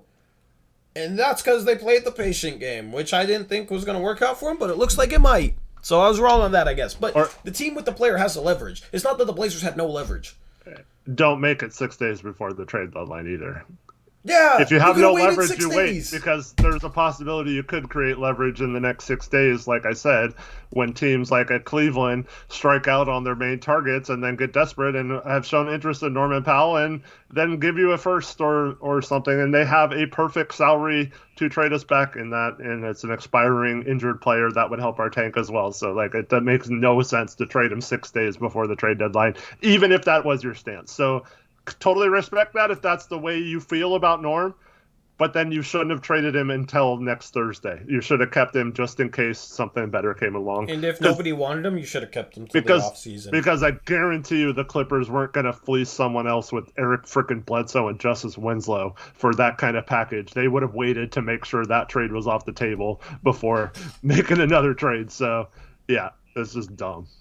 Yep. And Steven's my guy. Steven's a cool guy. He's just wrong. There's just, it seems like a lot of people with platforms just are wrong on this trade, but it's like I said, if Olshey made this trade, I feel like they'd be more upset with it, you know, they'd be blasting him, so I don't understand. It's like people want to like Cronin, dude. People want to like Cronin, and that's affecting their opinions. To me. Because it wasn't that nobody wanted Norman Powell. Teams wanted Robert Covington. And guess what? If you can't get anything for Robert Covington, screw it. Just let him freaking walk in the offseason then. Screw it. Yep. Like, whatever. Like, or at least find an expiring contract and a second-round pick for Robert Covington. Yep. Instead, we didn't even get an expiring contract in this deal. Sure, we got Keon Johnson. He's a freaking guard. A small, undersized shooting guard that can't shoot. That's 3 years away from helping us. Yeah. No, I mean, there's no way to justify this trade. But people are going to try and justify it for whatever reason. It doesn't make sense. Fringe. This is exactly what people would say if this was Olshey. Oh, another fringe move from Olshey. Always working around the edges, but never actually making an all-in move that matters, right? Mm-hmm. Yeah, we still have CJ on the team, the guy that everyone wants traded, right? Every single person that's out there praising this trade wants CJ traded, right? Yet we didn't trade CJ. We're probably going to keep him now because of this.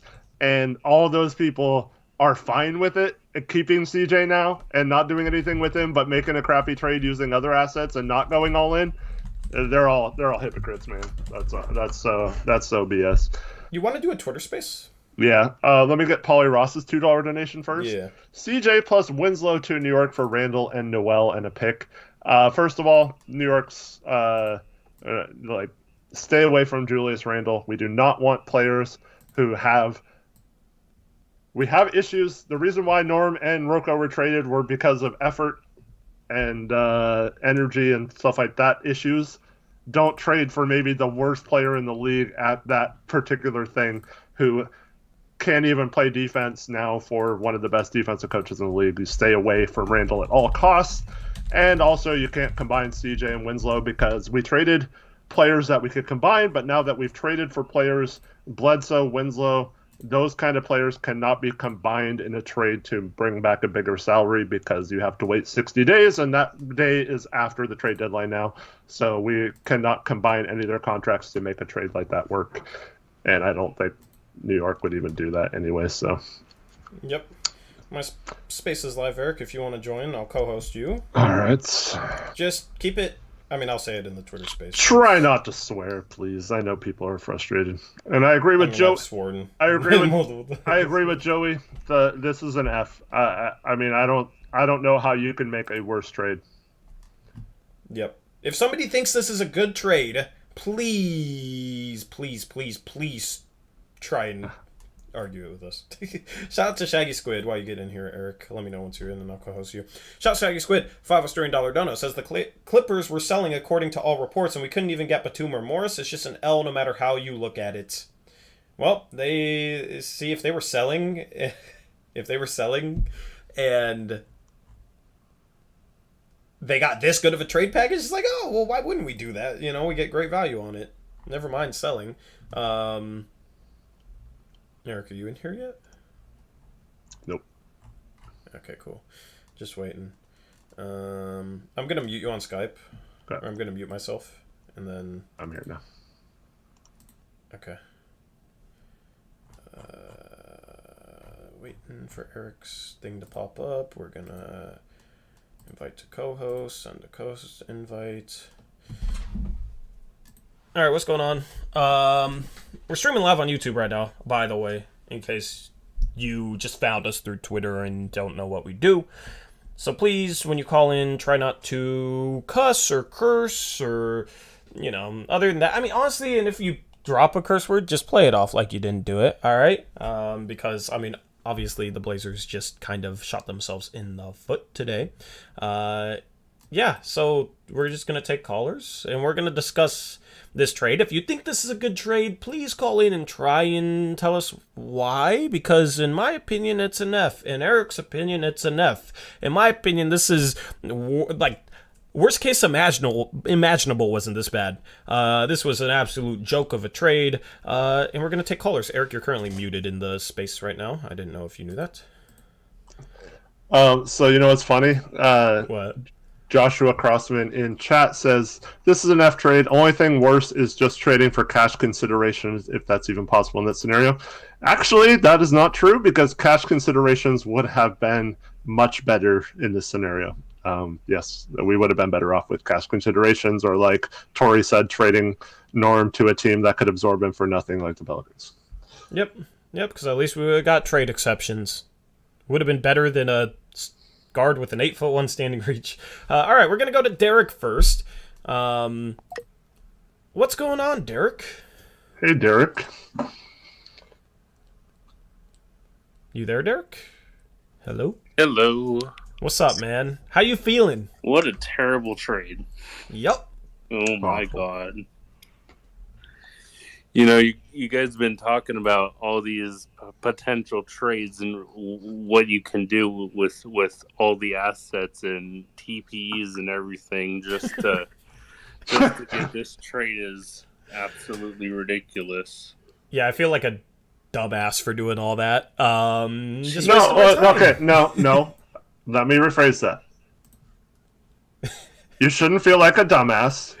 You should be mad at Joe Cronin for being horrible at his job. And that's two yahoos with a YouTube channel are better at GMing than a current GM in the NBA. 100%. And I know for a fact there's some other GMs just as bad as him. So, dude, Mike Couch could have done a better job because Mike Couch would have done nothing.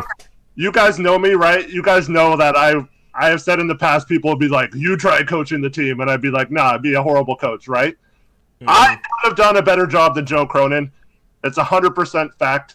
It is not possible to do what he did today any worse than that. Any person could have gone in there and made a better trade than this.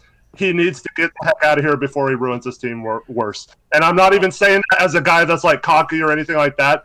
I could pick a random person listening on this Twitter space or in chat, and they would be a better GM than Joe Cronin. He absolutely ruined this franchise and this team, and he needs to get the heck out of here. He did. It's a bummer. Yeah. So this is a venting space. This is a therapy session, Derek. Get it all out, man. Man, it's the thing that bothers me the most is, like, if you just waited, you would have had more leverage and could have gotten something better. You don't. Why settle? Settle? They weren't going to get anything for this package anywhere close to this. So if you said, oh, maybe we'll consider it, but we want to wait until the trade deadline to see if something better comes up, then they're going to wait. You have that offer on the table. This was such a good trade for the Clippers that there was absolutely no freaking way that this offer wouldn't have been on the table 6 days from now on the day of the trade deadline. And he made this trade now. ridiculous. That's a freaking joke. Wait until this is a desperation trade 6 days before it's time to be desperate, right? Yep. So it doesn't make any sense. And teams wanted Norm. People are on Twitter trying to tell me you're overrating Norm's value. There was multiple legitimate reports that Norm had value. There was a guy that I talked to that said Norm has value, right? There's no way Norm didn't have value. He's under team control for multiple years at a good salary points. You look at a guy getting 18 points per game efficiently, 40% from 3, can drive to the rim. When he's engaged, he can be a solid defender. The problem is he's not engaged enough, but when he's engaged, he can be solid defensively. Those guys are always in like the $15 to $20 million range, right? So there's no way he didn't, in a seller's market where there isn't supposedly a lot of good players available, this is supposed to be a seller's market, there's no way you had to sell him for that crap. So I'm tired of having people on Twitter trying to tell me that I overvalued Norm. It doesn't make any logical sense that this is his value. Like, the reports didn't say that, the logic doesn't say that, nothing says that.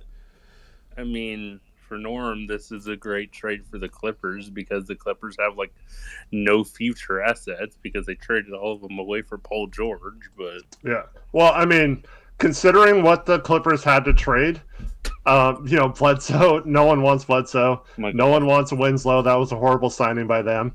And Keon Johnson is obviously not very valued by them. Otherwise, they wouldn't have given him away in this trade. So the fact that they didn't have to give up their one first that they could trade in 2028 and they made this trade, that's getting Norman Powell and Robert Covington is about as good of a trade that they could have gotten for those three players. And they must be celebrating in LA that they improved their team, not only if they just happen to change course and get Kawhi and Paul George back and make the team or make the play-in or the playoffs this year. Yeah. But they also greatly improved their chances in the next few years because Norm is a perfect guard as a third best perimeter defender and a a super efficient shooting guard that doesn't demand the ball a lot. That's a perfect fit with Paul George and Kawhi long term, and they have him locked up for 4 years now, and they got him for Eric frickin' Bledsoe. Oh yep, we gotta get through these pretty fast. Anything else you got to say, Derek? Go Zach Collins. I rock with that. With that. Positivity. Yeah, I don't think there's any left for me, man. Definitely rooting for Collins, but that's going to hurt too when he turns out to be good. Yeah. Ooh. All right. Thank you, Derek, for calling in. Let's move on to JMO1. You're now being added on the Blazers Uprise post-game show. What's going on, JM? Hey, guys. Just very disappointed. Did I just say... But wait, hold up. Did I just say Blazers Uprise post-game show? I think so. I'm so used to saying that. You're now live on the Blazers Uprise trade disaster stream. What you got for us? That's better. Yeah, I'm just disappointed. I found out about this trade from my friend who's actually a Warriors fan. Mm-hmm. And he sent... yeah. He sent me the trade. He texted me. And he's like, ooh, trade. And I'm like, oh my God, this is horrible. And he's like, no, it's not. I'm like, are you kidding me? Like, are you joking? And I'm like, ugh. Yeah, it's not good, man. I wouldn't want to hear from a Warriors fan. That just makes it even worse. That rubs salt in the wound. Yeah. Yeah, I mean, we've already... how long you been watching the stream for, out of curiosity? You heard us and how annoyed we are at this? Oh, yeah. I was one of the first people. Like, as soon as the trade happened, I immediately went on the stream, the first one, and I heard Eric's reaction, and I totally agreed. I can't wait to watch back Eric's initial reaction. Hopefully it made it better. I enjoyed hearing his reaction, but I felt the same way. Yeah, I mean, well, that's the thing is, like, people come in our chat and they're like, you guys need to be more professional, then you'll be taken more seriously. It's like, I'm a freaking fan of the team, just like everybody else is, and if I'm upset about something, I'm not going to hide that. Exactly. And I've never been this upset as a trade. Like, I've thought, like, what could be the worst move we could possibly do, and how would I feel about it? But I never thought it would actually play itself out. So, yeah. Anyway, anything else you got, man? Not really. Well, glad to just bring you on and talk to you, and thank you. Have a good one. Thanks. Cool. All right, we got Portland Trailblazers fan. You're being added as a speaker. What's going on, Portland Trailblazers fan? Do you have a name change coming soon? Yes. I'm gonna now be. I'm gonna like just remove basketball. I'm gonna focus on football more, like Niners. So probably gonna. Oh, you're a Niners fan? Yeah. Hell What yeah! a horrible week. Yeah. The Chris catch a freaking wide open interception, and we choke against the Rams, and now we make a devastating franchise dooming trade. Freaking Clippers. At least, like, even though I'm rooting for Keon Johnson, but at least the Niners have Trey Lance, you know. But at least they have a future. See, like, Niners have a future. Mariners even have a future for once. The Blazers' future after this trade is just scary. Not good. yeah, I just wanted to get your views on obviously the trade, but then there was an article, I guess, by John Hollinger where he pretty much was like, I don't know, he's pretty stupid, I would say, because he didn't give like Parsons like that big ass contract. But anyways, was that Hollinger? Yeah. So he pretty much said that Norm's value was like a first round pick and Cov's value was a second round pick, and he tried to rationale how Keon Johnson was a first round pick and they got a second round pick for Covs. So I just wanted to know your views on that. Like, how does it infuriate you as much as me? Like, oh, we've been very pissed. Eric, I'll let you explain why doesn't really work like that. Well, for one, the trade was for two players that, even though Bledsoe has a partial guaranteed thing, he's owed $3.9 million next year, even if you cut him. And then Winslow is under contract for $4.1 million. So we have two basically dead weight contracts that total $8 million. So all these people that complained about how Olshey had the dead weight of Andrew Nicholson's contract, $2.866 million for 7 years or whatever. Now we have $8 million dead already on our books for next year, unless something else happens with those guys. When we would have been better off trading Norm, like we said, for nothing. We didn't even generate a good enough trade exception to get very much value from that. When the trade exception is now a tool that good GMs use to create opportunities to make bigger trades down the road, and we messed that up. We didn't even get an actual expiring contract back, which would have been more beneficial than taking on Bledsoe and Winslow. So I just think this was a failure all around. And Keon Johnson, I know Tori kind of thinks this way sometimes with first-round picks, but I think it matters what's happened since the draft, too. So, like, Herbert Jones, for example, was a second-round pick last year, or in this previous draft, right? Drafted after Keon Johnson. But he's worth way more than a first-round pick now in a trade, whereas Keon Johnson is probably worth maybe a second-round pick now because he hasn't really done anything this year. And on top of that, we talk about all these people who want to not go the draft pick route because they don't want players that are going to take several years to develop with Dame, right? But we just traded for a first-round pick that, even best-case scenario, is probably a couple years away. We didn't trade for a guy like Herbert Jones, like I mentioned, who came in and was a factor and could have made a difference from day one on your team. So not only did we trade for someone who has less value now than when he was drafted, but we also traded for someone who is going to be more of a prospect than a help Dame's window type guy. And that's, I think, the worst possible scenario. And you add money on your books for next year. And so, yeah, it's just bad. Yeah, it's a bad trade even if Rocco and Norm have no value. But Norm people have tried to say teams didn't want Norm, but there was multiple legitimate reports that there was multiple teams that wanted Norm. I talked to a guy, he said multiple teams wanted Norm. Detroit wanted Norm. I think New Orleans wanted Norm. New Orleans had a $17 million traded player exception. They were far enough under the tax, they could have traded nothing and gotten back Norman Powell. And at least in that scenario, we have no dead money on the books next year, and then we would also have a $15.5 million traded player exception to use in trades. And I can pretty much guarantee you New Orleans would have taken Norman Powell for free because his contract is not a bad value. Every player that's like an 18-point per game scorer that shoots 40% from three and can drive to the rim a little bit, and when they're engaged can be like an okay, solid defender. You know, the problem is Norm isn't engaged enough, but when he's engaged, he's a solid defender. All those players make at least $15 million a year. I say good luck to anybody trying to find a player like that and that bold that's on a veteran contract making less than $15 million a year. It's also a situation where you're going to have him for multiple years, right? And it's not like he's going to decline anytime soon.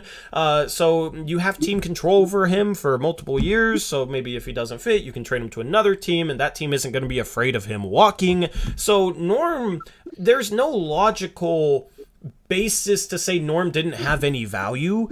It just doesn't make sense. So I'm sure Rocco maybe wasn't able to fetch back a first-round pick like I had wanted, but he still had some value around the league. There's still teams out there that would have wanted him. So I have a...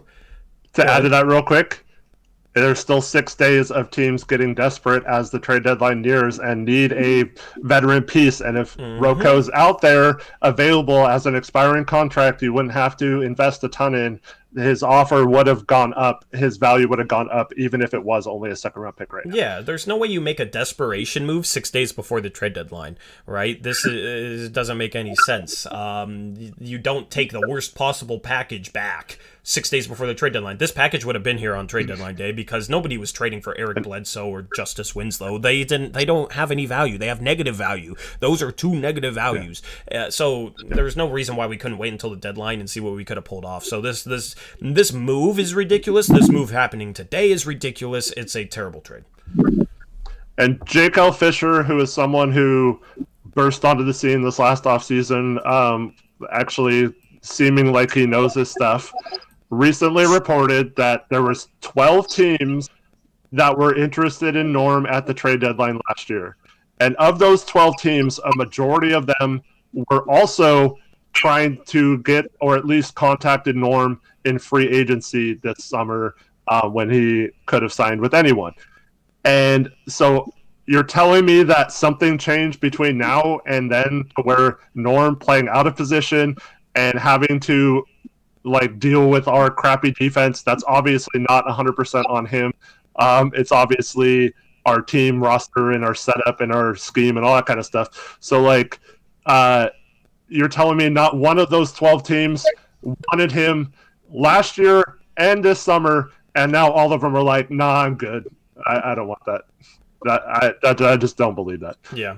So I don't see how people can say that this is a fine trade or a good trade or anything but a terrible trade. Anyway. Yeah. For like Bledsoe's contract, like I know he's guaranteed $3.6 million, but like let's say like if we keep him, do we have to still pay him the $20 million or?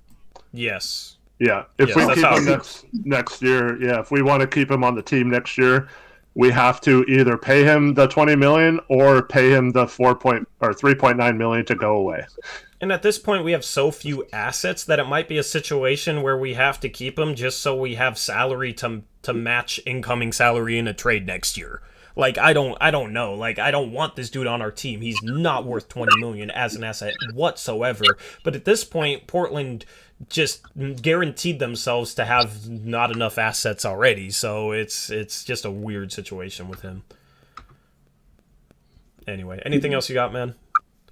No, I think that's it. But, you know, Philly's going to get James Harden, so I guess we won't want to chip for the next 10 years. What's funny is we follow a Sixers fan named Jerome Pond, and he just rages about Daryl Morey, and now, he might get James Harden. He doesn't really want James Harden, but, like, I'd take James Harden over this steaming pile of crap, so... I appreciate you calling in, man. Thank you for joining us. Let's move on to the next speaker. It's Amar. What's going on, Amar? What's up, Amar? Are you there, Amar? You're muted yourself. You gotta hit that red mic to make it purple. There you go. Yeah, my bad. For some reason I must have been behind on the space, but all good, man.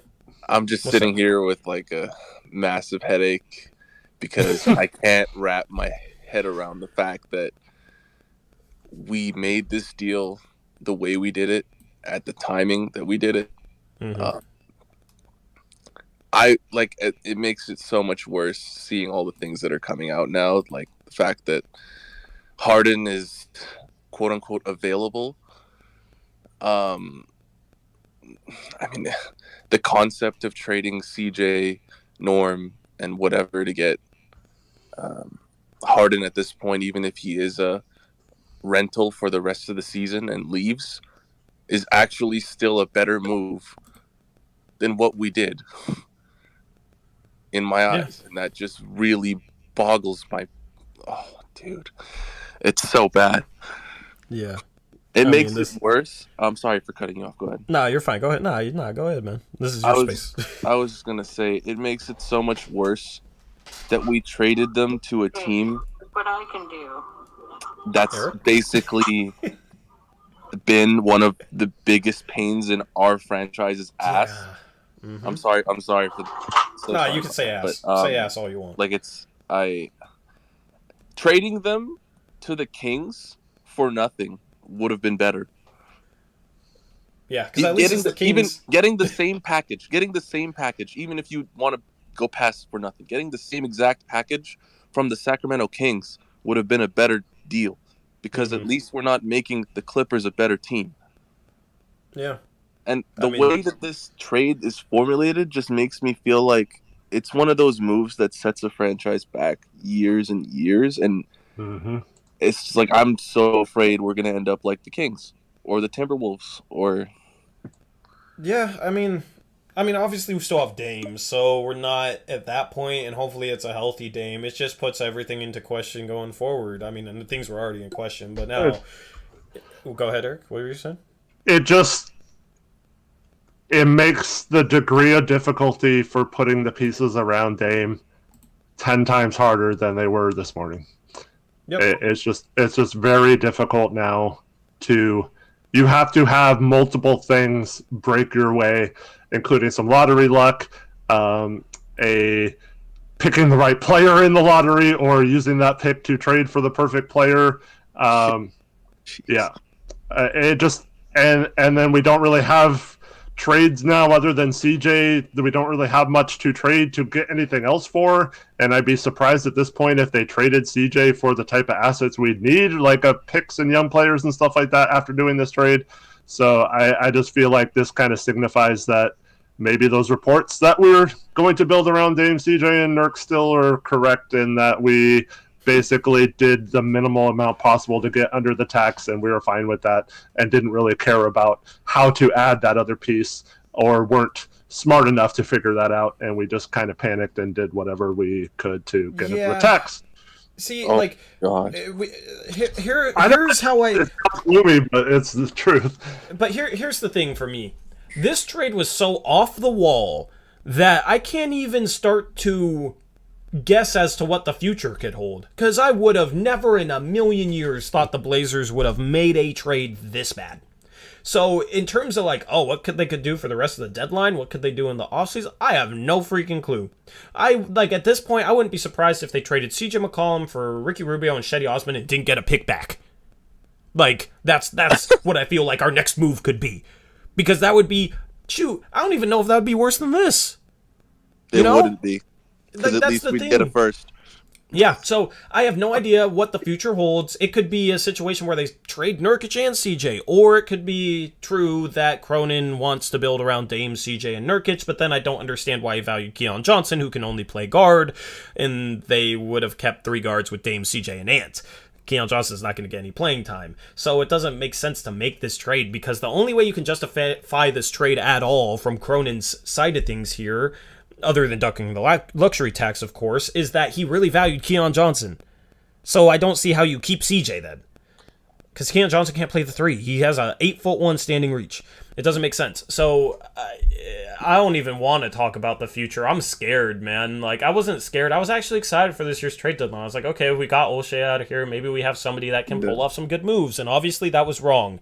And now at this point, now I'm just scared for what he could possibly do next, because it sounds like, Jody Allen was on board with this. He ducked the luxury tax. So he might now have a full-time GM job because he just did this trade. Imagine that. A dude earns a full-time GM job because of this trade, simply because they duck the luxury tax. That's possible, and that's scary. Can I ask a question? Go ahead, yeah. Is there, because I'm assuming there isn't, but because of the way that Waj reported this, but let's say some sort of miracle happens where this wasn't actually the full trade being made, and this is some 3-team deal that's being worked on currently. Is there any sort of way to make this worthwhile? I don't see how, because it's not like any team's going to value Justice Winslow or... That's what I was trying to... I mean, and we can't combine those two now, right? Yeah, well, I think he's asking if we extended this trade to a third team before it was official. Yeah, exactly. Well, trades don't get announced until they're official, so it's very rare that, except for during the moratorium or whatever, where you can't make moves for several days and then teams try to rework things. But no, they announced the AD trade was before the moratorium, and they announced that trade, and it wasn't official yet, and they roped in other teams and tried to do other things. That was because it couldn't be official until a month after that trade was made, so they had time to rearrange the terms as long as everyone involved were okay with it. Whereas if this was announced, it was already so. We would have already we would have already heard about it if there was a team involved, or if this was some sort of multi-team trade. We probably would have already heard about it, considering it's been several hours.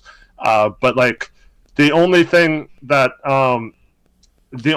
can save this trade is, like I said, somehow physical. No, I still don't think that'll. I don't think the Blazers will care if they fail the physical. I really think they think this is a good trade for some reason.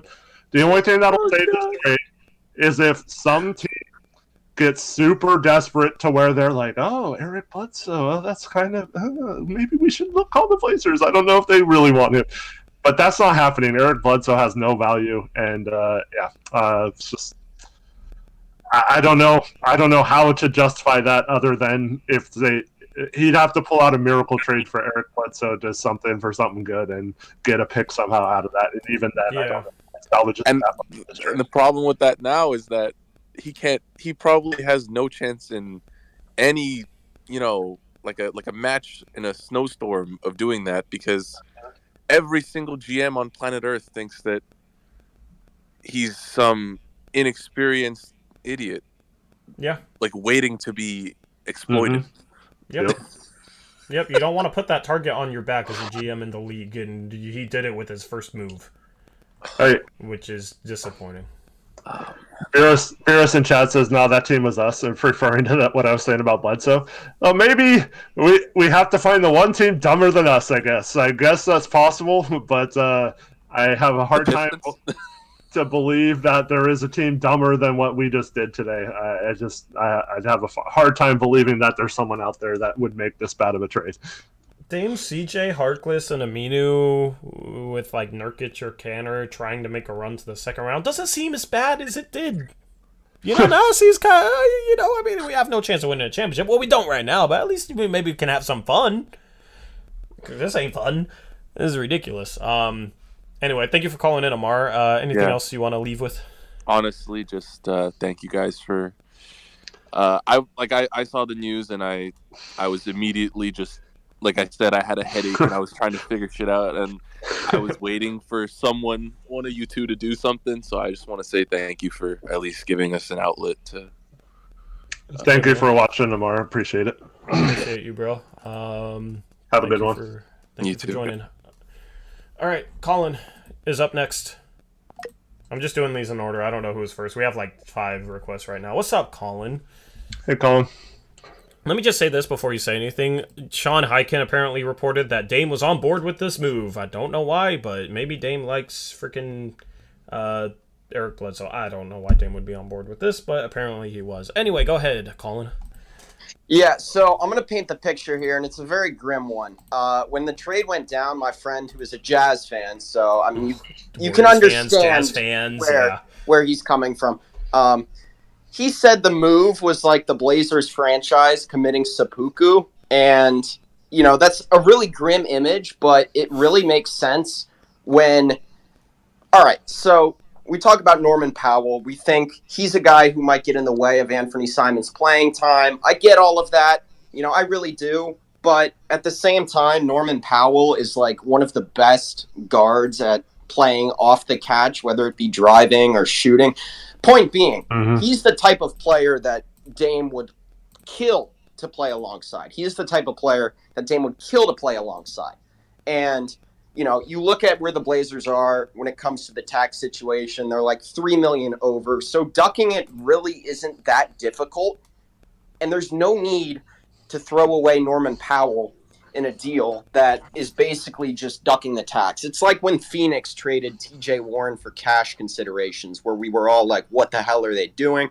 This is so much like that. And I know I sound like I'm kind of repeating what everybody else is saying. I get that. But, you know, the Blazers didn't have to make this move, and they didn't have to make it now.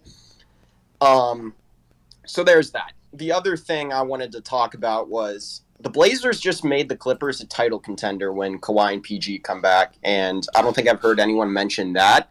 Look, I get it. Like, you know, we're focusing on the other team, and, you know, that's out of our control. But, you know, this is a Clippers. This is a Clippers team that, as constructed before this deal went down, was not going to do anything.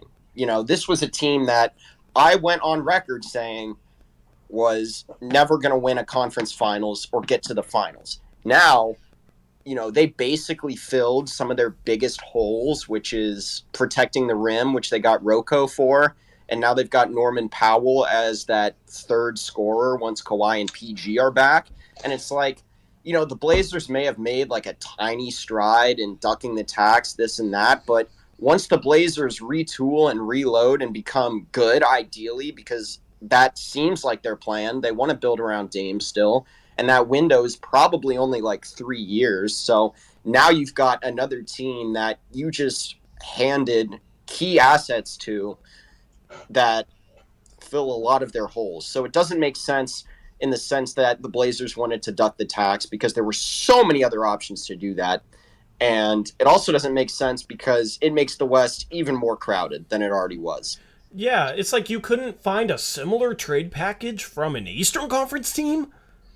Like, it's not like the Clippers are giving anything up. I don't understand why they couldn't have found a similar package from an Eastern Conference team. Yeah, it boggles my mind, you know, and I was in my photography class, you know, I just Did you get kicked out? No, but, like, I dropped an F-bomb just so loud in the middle of class. And, you know, I think I speak for everybody in this fan base when I say, you know, I'm sick and tired. I'm just sick and tired of this. You know, I get that we're a small market. I get that we're in Portland. We're the 25th largest metro area. I get it. We're like, the expectations are never that high, but good God. I mean, good God. That's the thing. That's what's frustrating. It's like being a small market doesn't stop you from hiring the right people, the right GM to kind of overcome that, right? And the thing is it's more important to do that because, like, you can have a terrible GM in LA with the Lakers, and they can still win a championship because LeBron wants to go there, and then AD wants to go play in LA with LeBron, and then you win a championship because then a bunch of other role players ring chase, right? You can be the worst GM possible. I mean, shoot, Eric, I think you could have pulled that off, right? That was nothing to do with their GM. And then you see how bad their GM is, or kind of the people that run the ship there, when they trade for Westbrook over Buddy Hield, and we see how Westbrook has absolutely backfired. So that's the thing, is in a small market you have to have people that know what they're doing, that are creative making trades, that can get the most value out of everything, and we apparently have the opposite right now.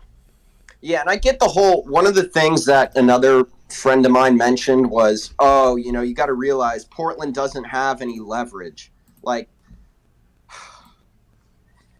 Sellers have leverage. Sellers always have the leverage, even they at least have some, because they have a commodity that other teams want. And it's not like Norman is a guy who can't play alongside other people, right? Like I honestly think Norman Powell is a more valuable asset for a team to trade for right now, like relative to the contract, everything, than CJ is. And we're going to get way more for CJ, obviously, if we do that, knock on wood. But, it just boggles my mind because Norman Powell is the type of guy who can just mesh with a ball-dominant talent. Or, heck, he can score 23 a game like he did in Toronto before he got traded. There's this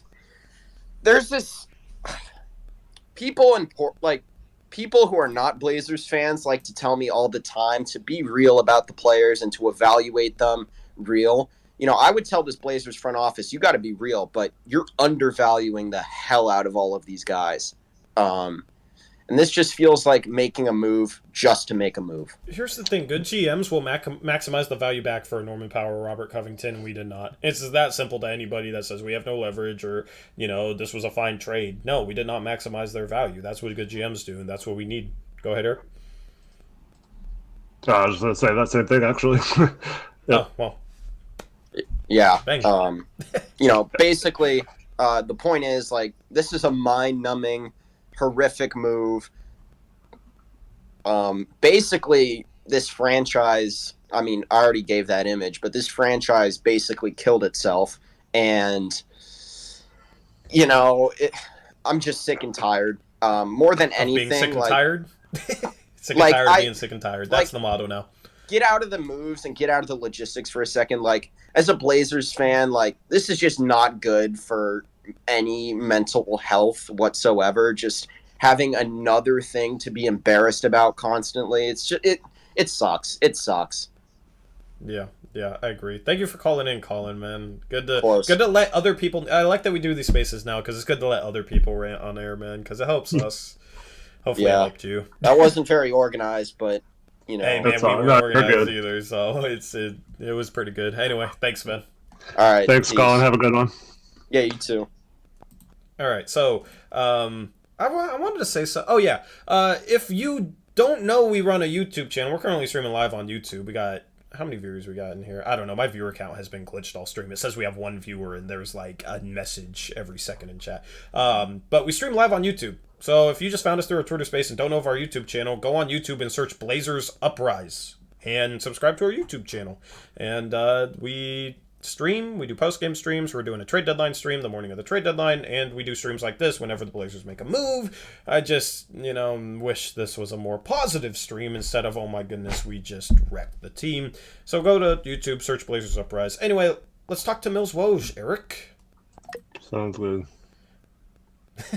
What's up, Mills Woj? What's up, Mills Woj? How you doing, man? I'm not doing well.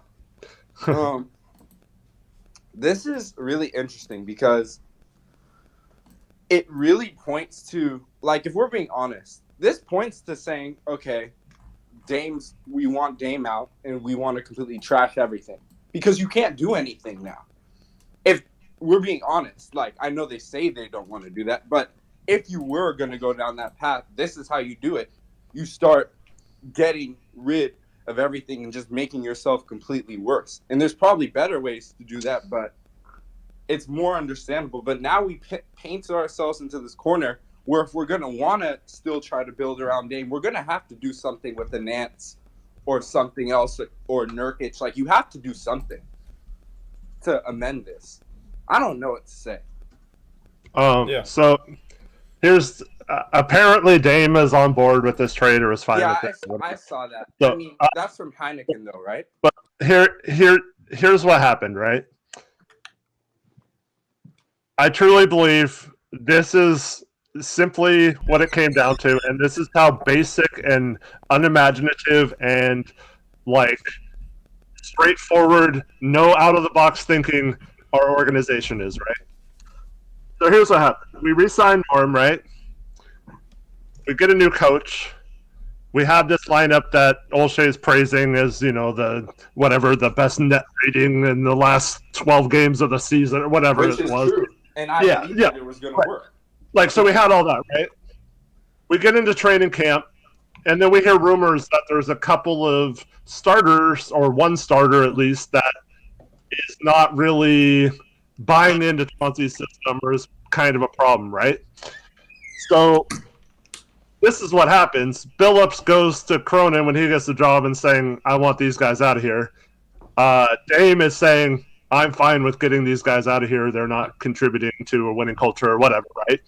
And then Jody's telling Cronin, I just want to be under the tax or whatever. So then Cronin's just like, the Clippers were offering us a way to get out of the tax and get rid of both of them at the same time. Here you go. And then Dame saying, no, I'm fine with it because we get rid of two malcontents, not even understanding how much this hurts our ability to make trades to make the team better in the future, because he doesn't really understand that from a GM perspective, which is fine. It's not his job to do so. Cronin is happy because he pleased Billups, he pleased Jody, and Dame is fine with it because he didn't want those guys on the team, right?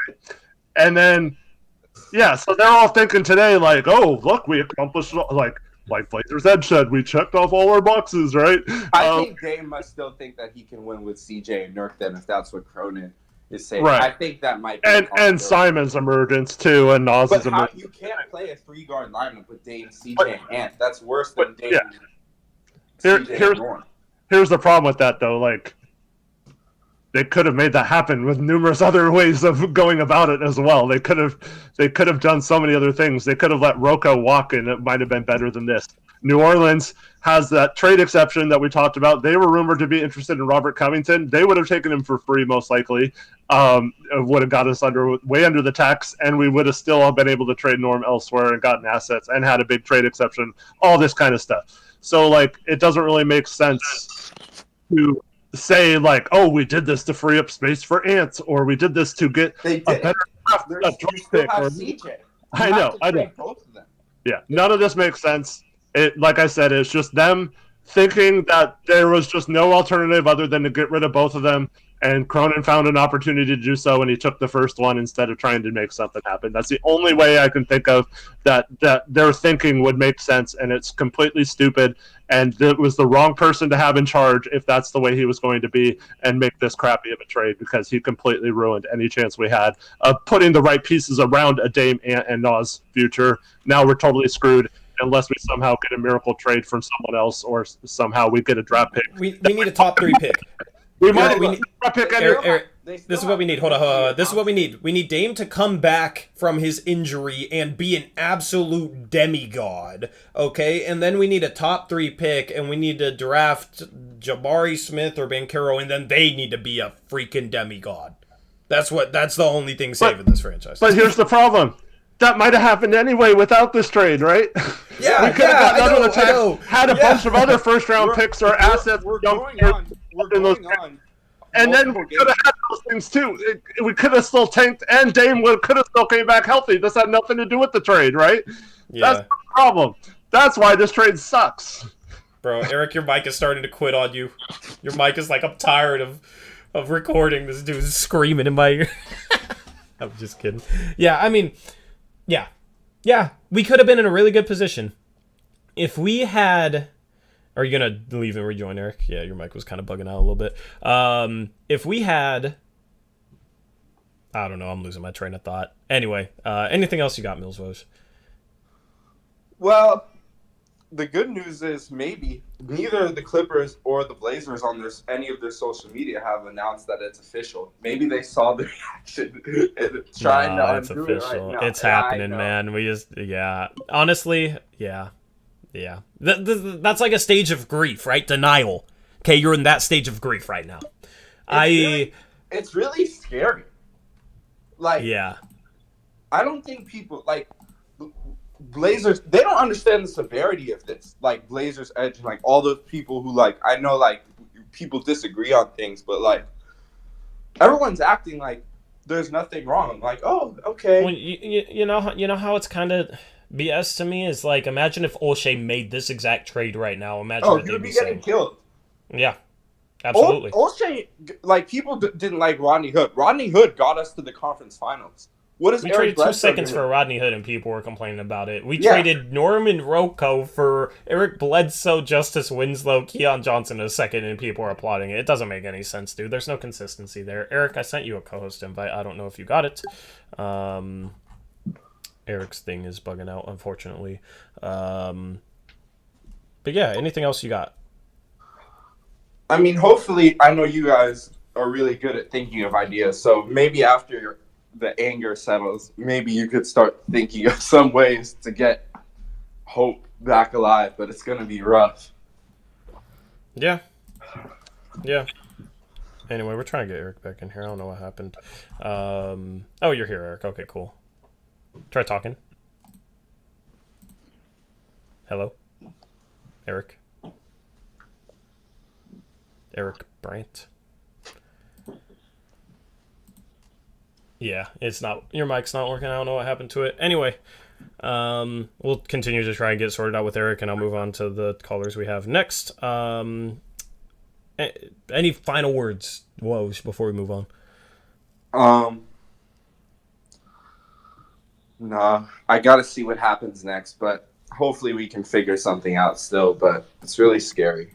It is really scary. It is really scary. And we will have our Twitter space tonight after the post-game show, so, maybe we can catch up then, too. Yeah. And maybe I'll have my thoughts a little bit more collected by then. All right, so thank you for calling in. Catch you later. Let's move on to Smog in a second. Let me see if I can do anything to help Eric get reconnected here. Let me message him. Eric, just let me know what's going on with your end, and I don't know what happened, but it's glitching. Anyway, I'll keep the calls rolling because we got a few people that have been waiting a real long time here, and I want to get to them. So, what's going on, Smog? What's up, man? What's going on, boys? Not much. Trying to get Eric back in here. What are your thoughts on this disaster? I was kind of thinking in my head, like, what people would try to use as, like, why this trade is good. Because, first off, it's Eric Bledsoe. We might waive Eric Bledsoe and might get, like, cap space out of that. I don't know if you can verify that, but... That doesn't really make sense. We'd have dead money this year and next year. So... It was like, we get under the cap, that doesn't matter, really, but... yeah. We get Justice Winslow, who's trash. Dude, he's... See, people think he's good. People are like, oh, he's still 25, as if he can still improve, as if he hasn't been getting worse the past, 4 seasons. He's literally declined the past 4 years. I don't care that he's 25 if he's getting worse. And we get Keon Johnson, who might be good, but I don't know about that. Yeah, I mean, I don't... It's like, I don't know if you're going to do that. And then second 25 second is literally nothing. Yeah. I mean, it's like people that... I've seen people justify this trade by saying, we got a 2025 second round pick, and people that I would have never expected to try and justify a trade by talking about a 2025 second. Eric, you're still in here as the co-host. It's the other half of Blazers Twitter. Yeah. So it's like, dude, who cares about 2025 second? I'm surprised that some people actually care about a 2025 second. It's the trade. If that was a second this year, that would be a very early second. But in 2025, they're probably going to be good. Cade's going to be balling. They might have Banchero. They're probably going to be good. That's probably going to be a second round pick that we could just buy with salary or buy with cash considerations, just like we bought the second round pick for Greg Brown, which was 43rd. So that doesn't matter. It's like, and where's the cries about a 6'3" guard? Because that's what Keon Johnson is. But now, and then I see people saying it's like, it's just to commit to the tank and make the pick better. It's like you don't trade, like, that's not part of the trade. You don't do that. And then to top it all off, we traded some of our best assets for this. Yeah. It's like we're pretty much handicapped now. Yeah, it doesn't make sense, man. Eric, are you here now? Yeah, it's glitching out on Eric's end. Muted. Yeah. Now try and unmute Eric and talk. I'm here. What's up? Hey. Long time no talk, man. All right, cool. And then... Go ahead, Smog. Sorry, this is just jointed because we're trying to figure out Eric's stuff. No. What was I going to say? And then now, nobody's going to respect Cronin in future trades. Like, if you try to trade CJ. they'll be just going and it's like, all right, how can I fleece this dude? Because he's been fleeced before. Like, he put a target on his back, man. I mean, like, there's so many bad things with this trade. It's crazy. Like, it's impressive. I'm actually impressed. If I tried to tank the Blazers without making it obvious that I tanked the Blazers, I don't know if I could have done as good of a job as he did. So, yeah. Shout out to him. What's up? Go ahead. And it's like we're literally banking on whoever we get with the pick being like a god, and when we're already doing that, and you don't make trades to do that. Yep, absolutely. So it's a scary time. Anyway, anything else you got, Smog? We got a lot of people trying to call in. Just to end it off. First off, toaster bath. Second off, when does soccer season start? Soccer season? Isn't soccer season already started? Yeah, I'm gonna have to go to some Timbers games this summer, man, or something. Cause I mean, to be fair, the Timbers are going downhill too, but we're all going downhill, man. At least the Niners have a future. At least our Niners have a future. It's like I'm begging Trey Lance to be good. Yeah, Niners have a future. My Mariners have a future. So I mean, other sports are doing well. It's just it's tough right now. Anyway, it's bad times. Yeah, man. Thanks for calling in. Good to talk to you, man. Thanks, Bob. Later, man. Yeah, good to talk, boys. Anyway, you should probably get those donations real quick. Oh, yeah. Sorry, I wasn't paying enough attention to YouTube. Shout out to Cole, CR Slacker, $5 dono. Sorry, hopefully you're still here. He says, does this set up Dame's departure? How do you feel about Ant and Keon as the backcourt of the future? I don't think this sets up Dame's departure because apparently Dame was on board. What do you think, Eric? Yeah, I don't think it does either, but it definitely hurts our chances of putting the best possible lineup around him. Yep, which is an absolute shame. Shout out to Liam Best, another $2 Australian dono. He says, hope after surgery Dame becomes a my-career player. That's what we're going to need because he's going to have to carry this team more than ever. Unless we can pull off a miracle, but I wouldn't have faith in miracles from this GM after this.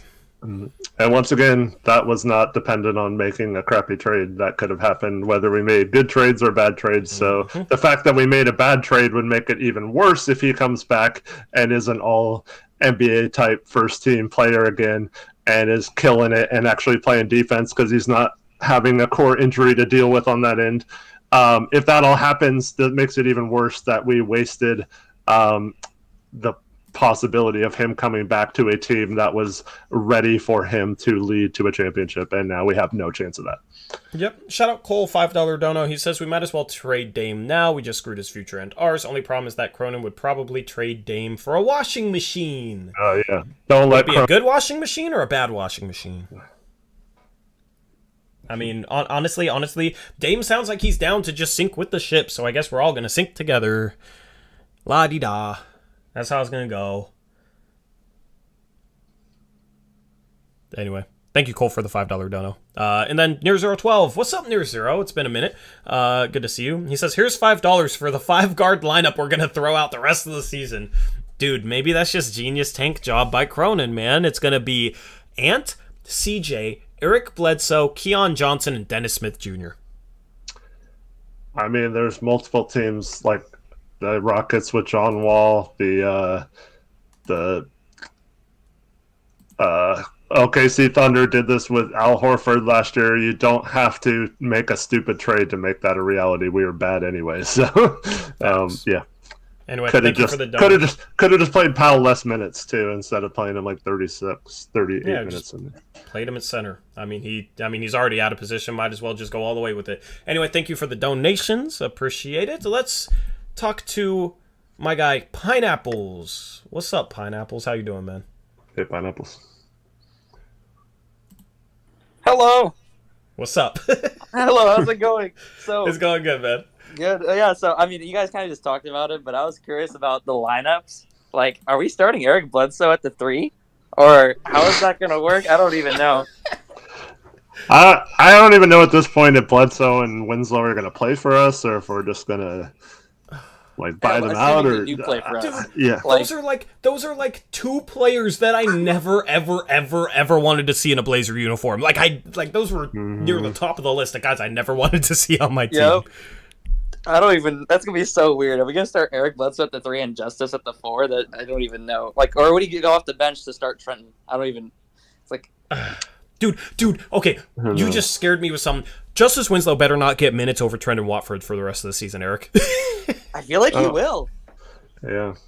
And Nance is coming back too. No more Trendon minutes. Oh, no.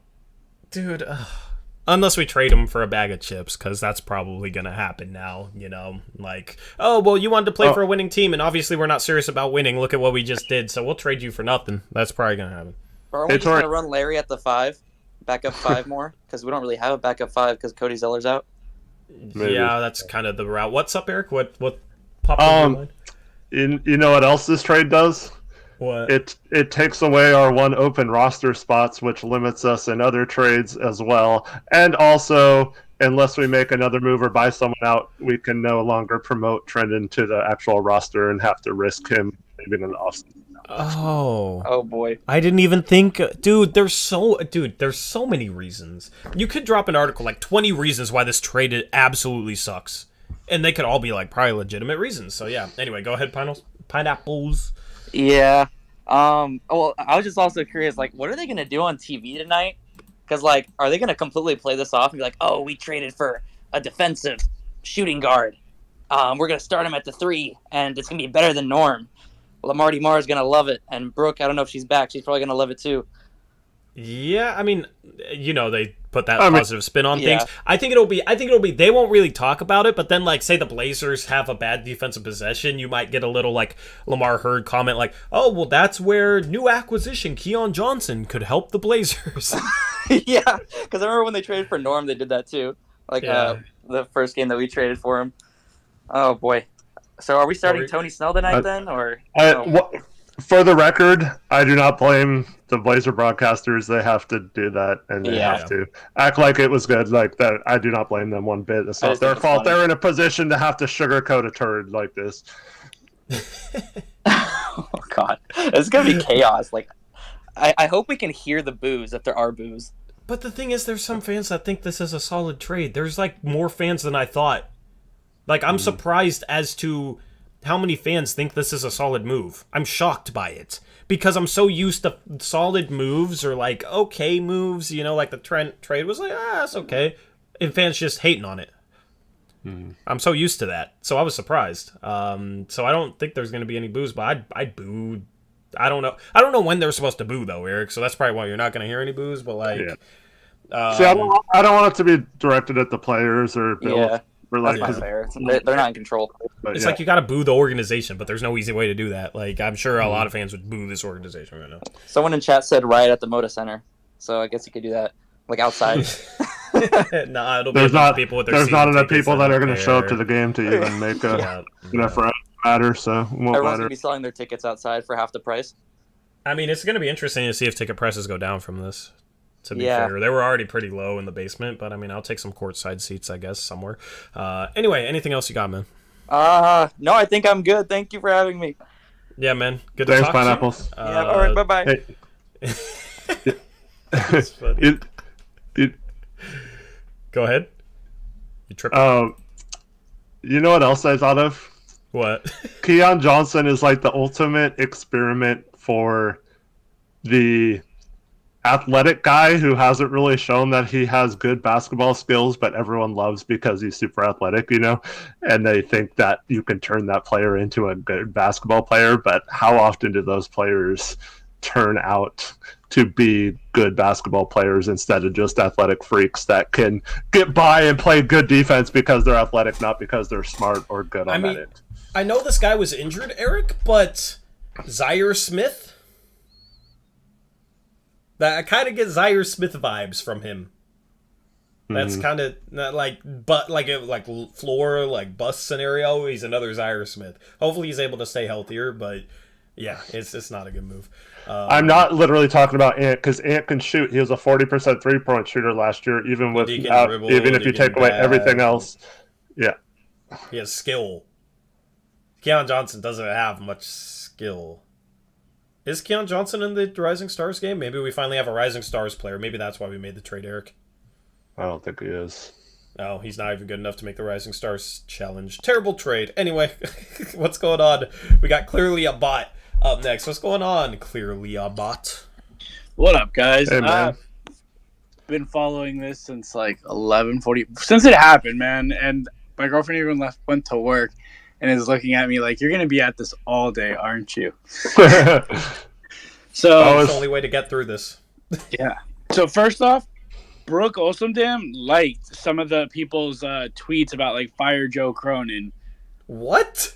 Yeah, like early on, I'm gonna have to dig back through Twitter a couple hours, but like I was seeing shit like that. Don't call her out though. Like, let her be. No, I don't mean it's a bad thing. I know, but she could get in trouble maybe if you point that out. So don't like tweet it out or anything. Oh no, for sure. Are you sure it was actually her though? You might be right, but at least it wasn't ball sacked. Oh man, you're gonna bring that up to me on today when I'm suffering. You're gonna bring up the fact that I got ball sacked sports. No. I mean, like, I'm just saying, like, out of all the things though, but like we all like, I got ball sacked earlier too on like the thing about Dane saying he was all good. Like whoever brought it up in chat, like also like we all saw that one, but so it's just like, today's a sucky day, but it's kind of funny. Was the hiking thing true, or was that somebody ball sagging? I think somebody ball sagged it first, and then maybe somebody made it real by putting it through a more legit person. We maybe need to stop calling it that, because anybody that doesn't know what we're referencing is just like, what in the hell? Sorry. That makes it funny. Oh, you're right. Honestly, at this point, I'm going to say screw the no cursing rule on our streams and everything. Like, we got to bring the entertainment in this team is in such a sorry state that I think people, deserve the best of us, which is us unfiltered, right? So, anyway, what are your thoughts on this? Man. My thoughts are that this is pretty horrible. I do have some friends in town who think that like this could be good, but I have no clue why they're thinking that. My point that I want to bring up is like, should we be worried that like after such a bad trade that they'll do anything like worse? Like yes, maybe trade Ant. I don't think they're trading Ant, but I mean I could see them doing a horrible CJ trade where they get nothing back. And so, do you just want to? Are we gonna? At what point do we label this like sabotage versus conspiracy theories? Versus Joe Cronin doesn't know what he's doing. There's that. Yeah, I mean it's impressive that he sounded like. See, that's the thing. Here's the point I want to make.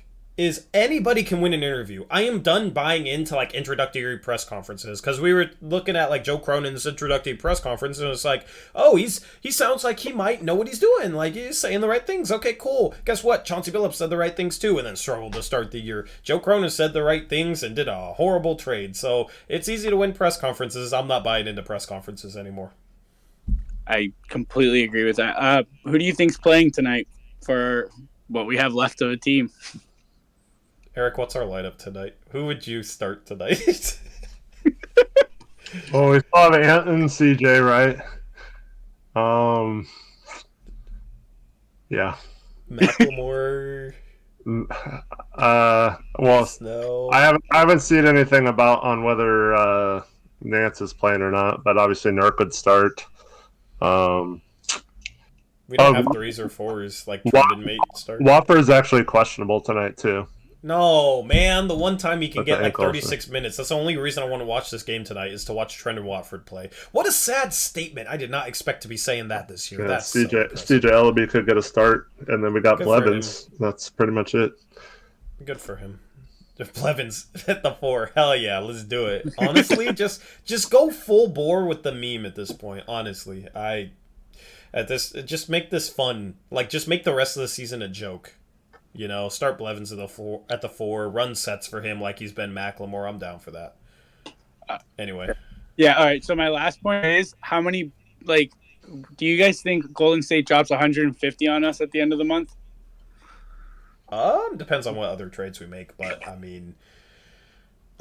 Justice Winslow, I guess, can play Has Justice Winslow even been a good defender this year, though, Eric? Because isn't he, just still super out of shape? I don't think he plays much. I have to look. Yeah. Has he even played in the games that we played the Clippers? I don't know. Let me look up his stats for the season. They're low.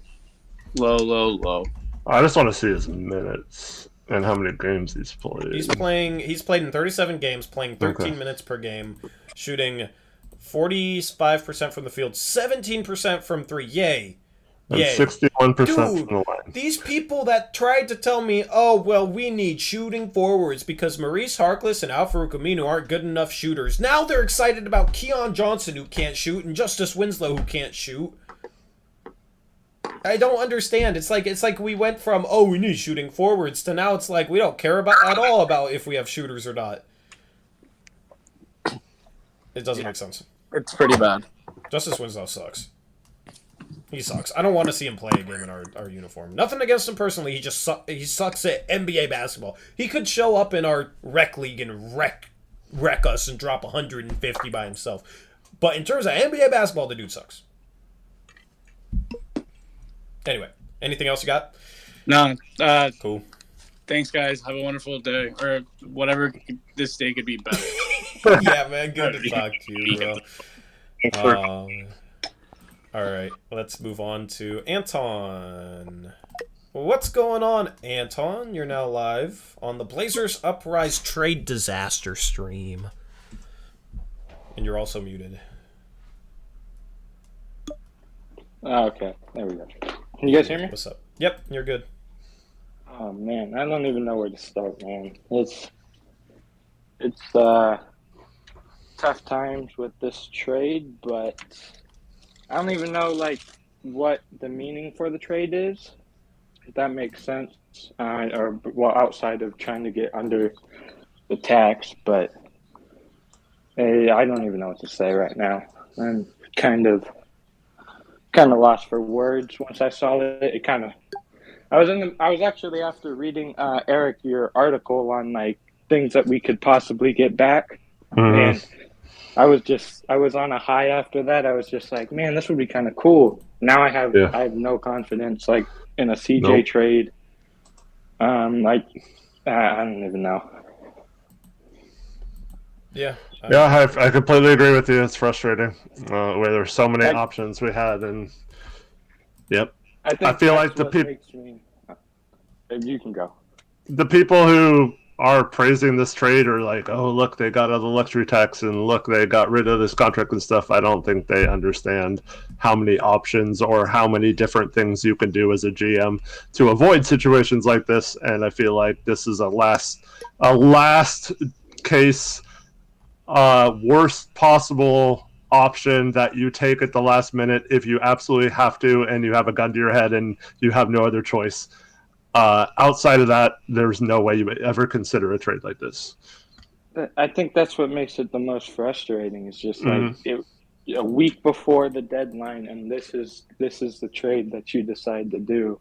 Yep, is kind of what makes it the most frustrating. And just like I have a text with like a few of my friends from school, and they're kind of saying whatever. I don't understand how you can defend how good they're like. If you think this trade is solid, I don't even know what points you can make besides the tax, which you could have done another trade to get under the tax.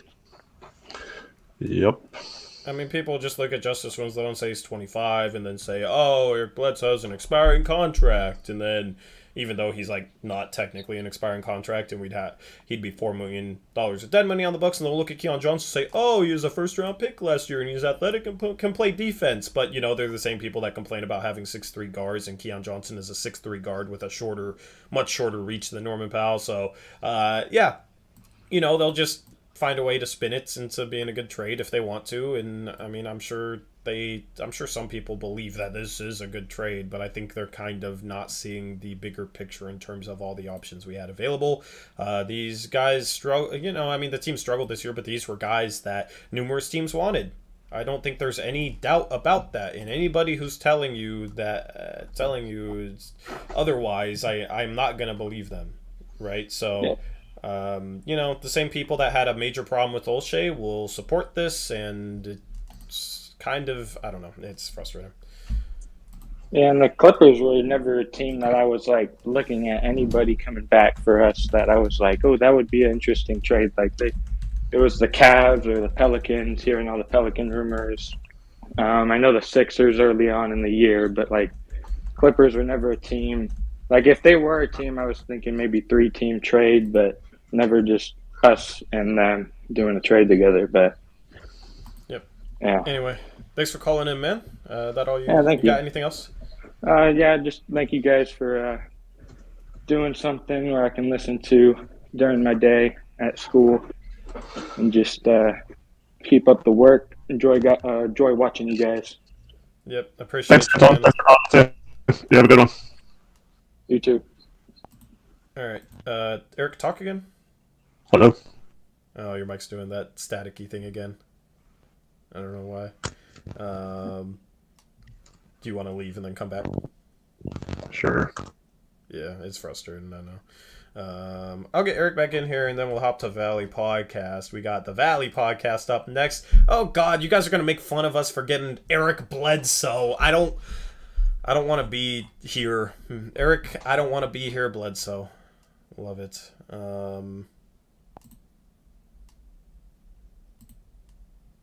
Alright, I'm just going to wait for Eric to hop back in this thing. Yeah.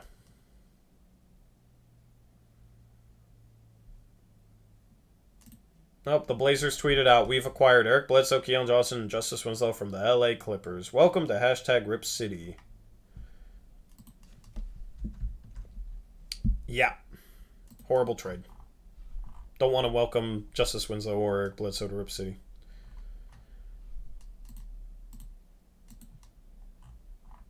Anyway, alright, so Eric, I think, should be back in here by now. Let me check. Then we'll talk to Valley Pod, we'll talk to Zach, and then we'll talk to Spencer. And then, honestly, we have a lot of people trying to call in, but we only have time for 3 more callers. We'll have a Twitter space later tonight for our post-game show, so if we didn't get to you, then you can call in on the post-game show later tonight. We're not going to talk much about the game because I don't, it's a disaster, so... Anyway.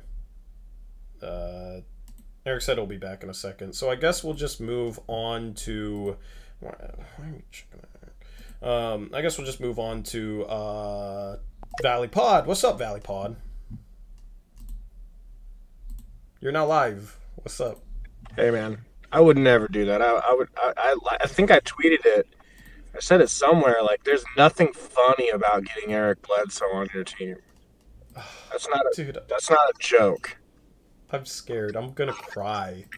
Listen, I was calling first to say you hit it on the head when you were saying that people are just going through the stages of grief, and that is what it is. Everything people are saying, as far as like trying to excuse it one way or another, like, oh, well, this will be the way that. No, you guys just got screwed, and that shit sucks.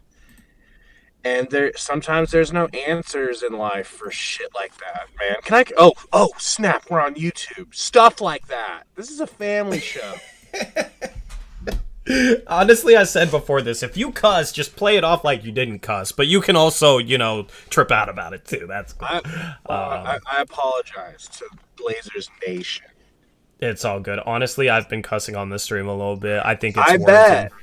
I bet. So, in the vein of mourning, I'm just calling to just say, like the way a friend does, I'm sorry for your loss. Like, I feel terrible. I'm like listening to you guys. Like, I feel bad for you guys. Like, we all do. Like, it's not a making fun of you thing. Like, haha, look at you. It's just like, dude, this sucks.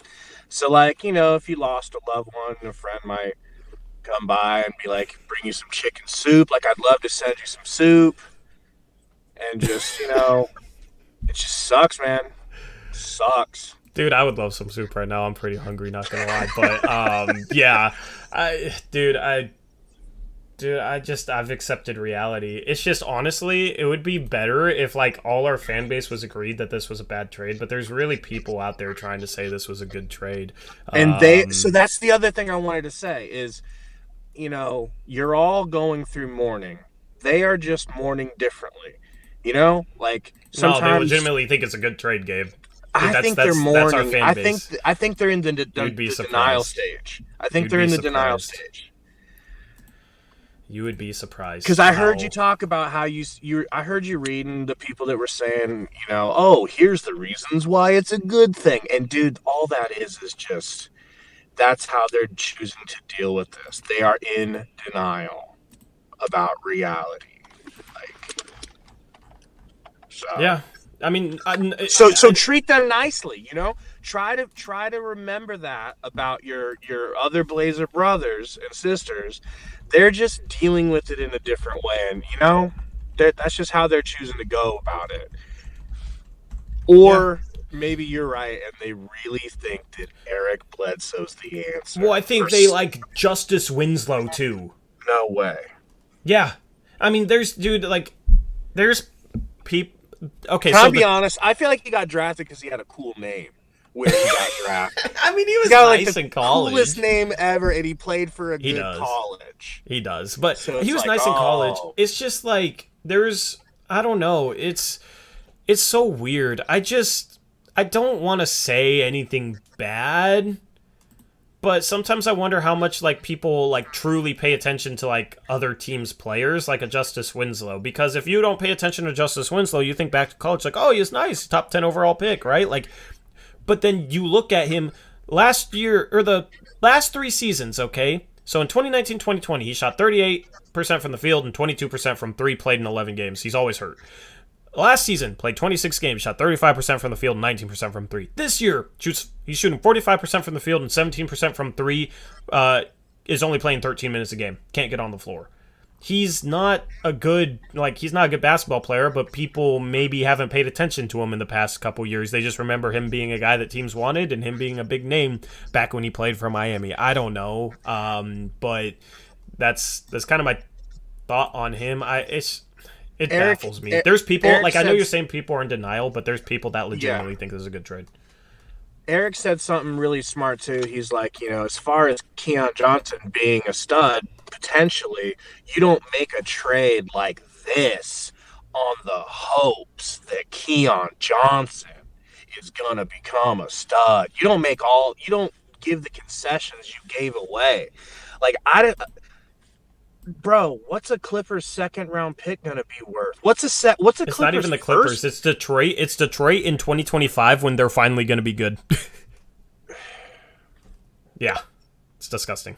It's bad, and I just feel bad, man. I'm just sorry. I'm just like, I remember when I was a kid, my friend cut his foot open at the bottom of a pond, and I just remember having this feeling of like, geez, I'm so glad it wasn't me. But it was like, I'm so sorry for him because it was a big gash. And it's like, I'm just so happy that's not me. And I feel that way for you guys. Like, I'm just so happy. And I don't mean that in a dick way. No, I know. Because, well, let me just say this. Like I know you know this pain. Something happened to my friends, and I feel bad for them. Well, I know you know this pain.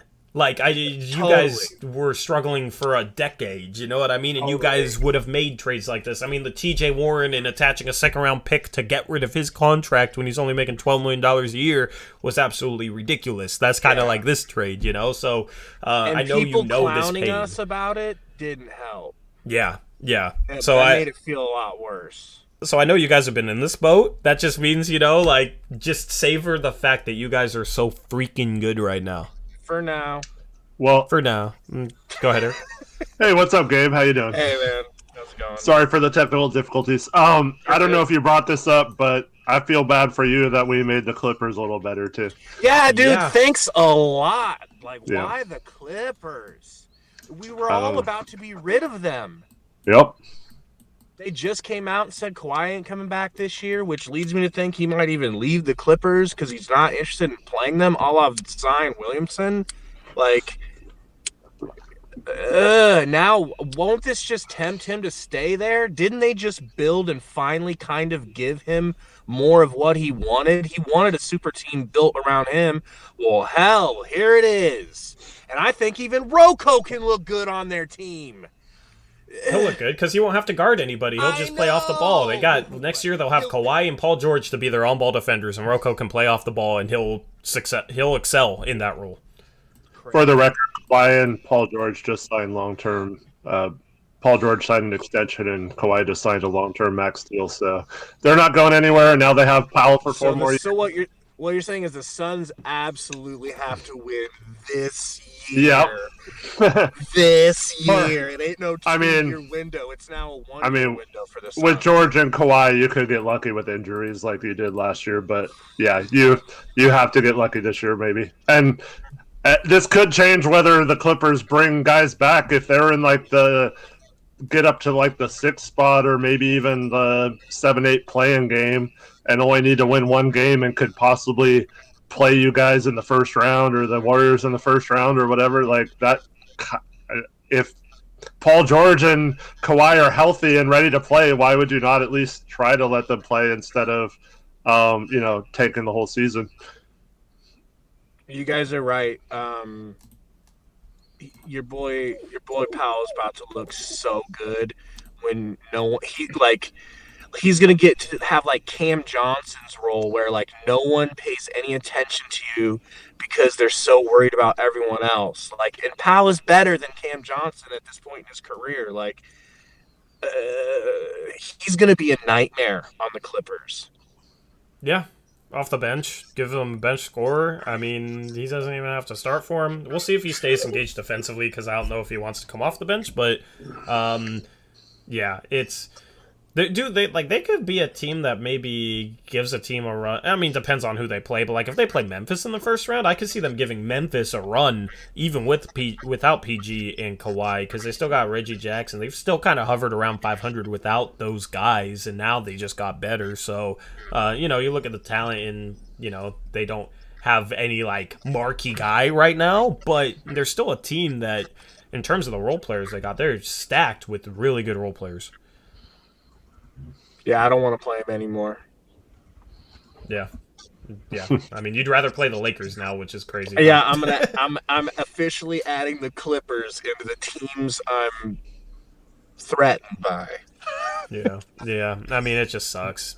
It was just Grizzlies and Warriors, and now the Clippers are like sneaking in, man. You guys will be fine. You guys will make the conference finals and play the Warriors. I think that's.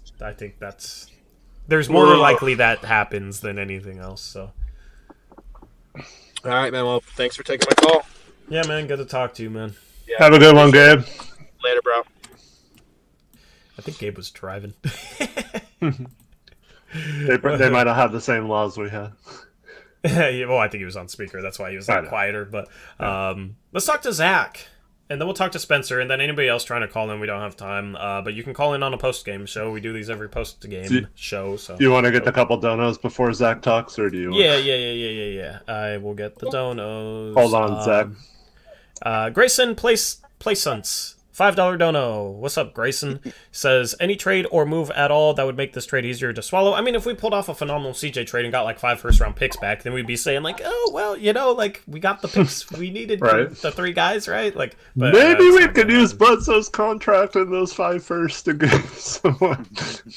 Yeah. And then Carlton Pagano Jackson, $5 dono. Thank you, guys. Says, when you can check out Bobby Marks' breakdown of this trade, we should expect 2 more moves being made. We'll see. Yeah, we will when we get the chance after this stream. Thank you for the donations, Carlton and Grayson.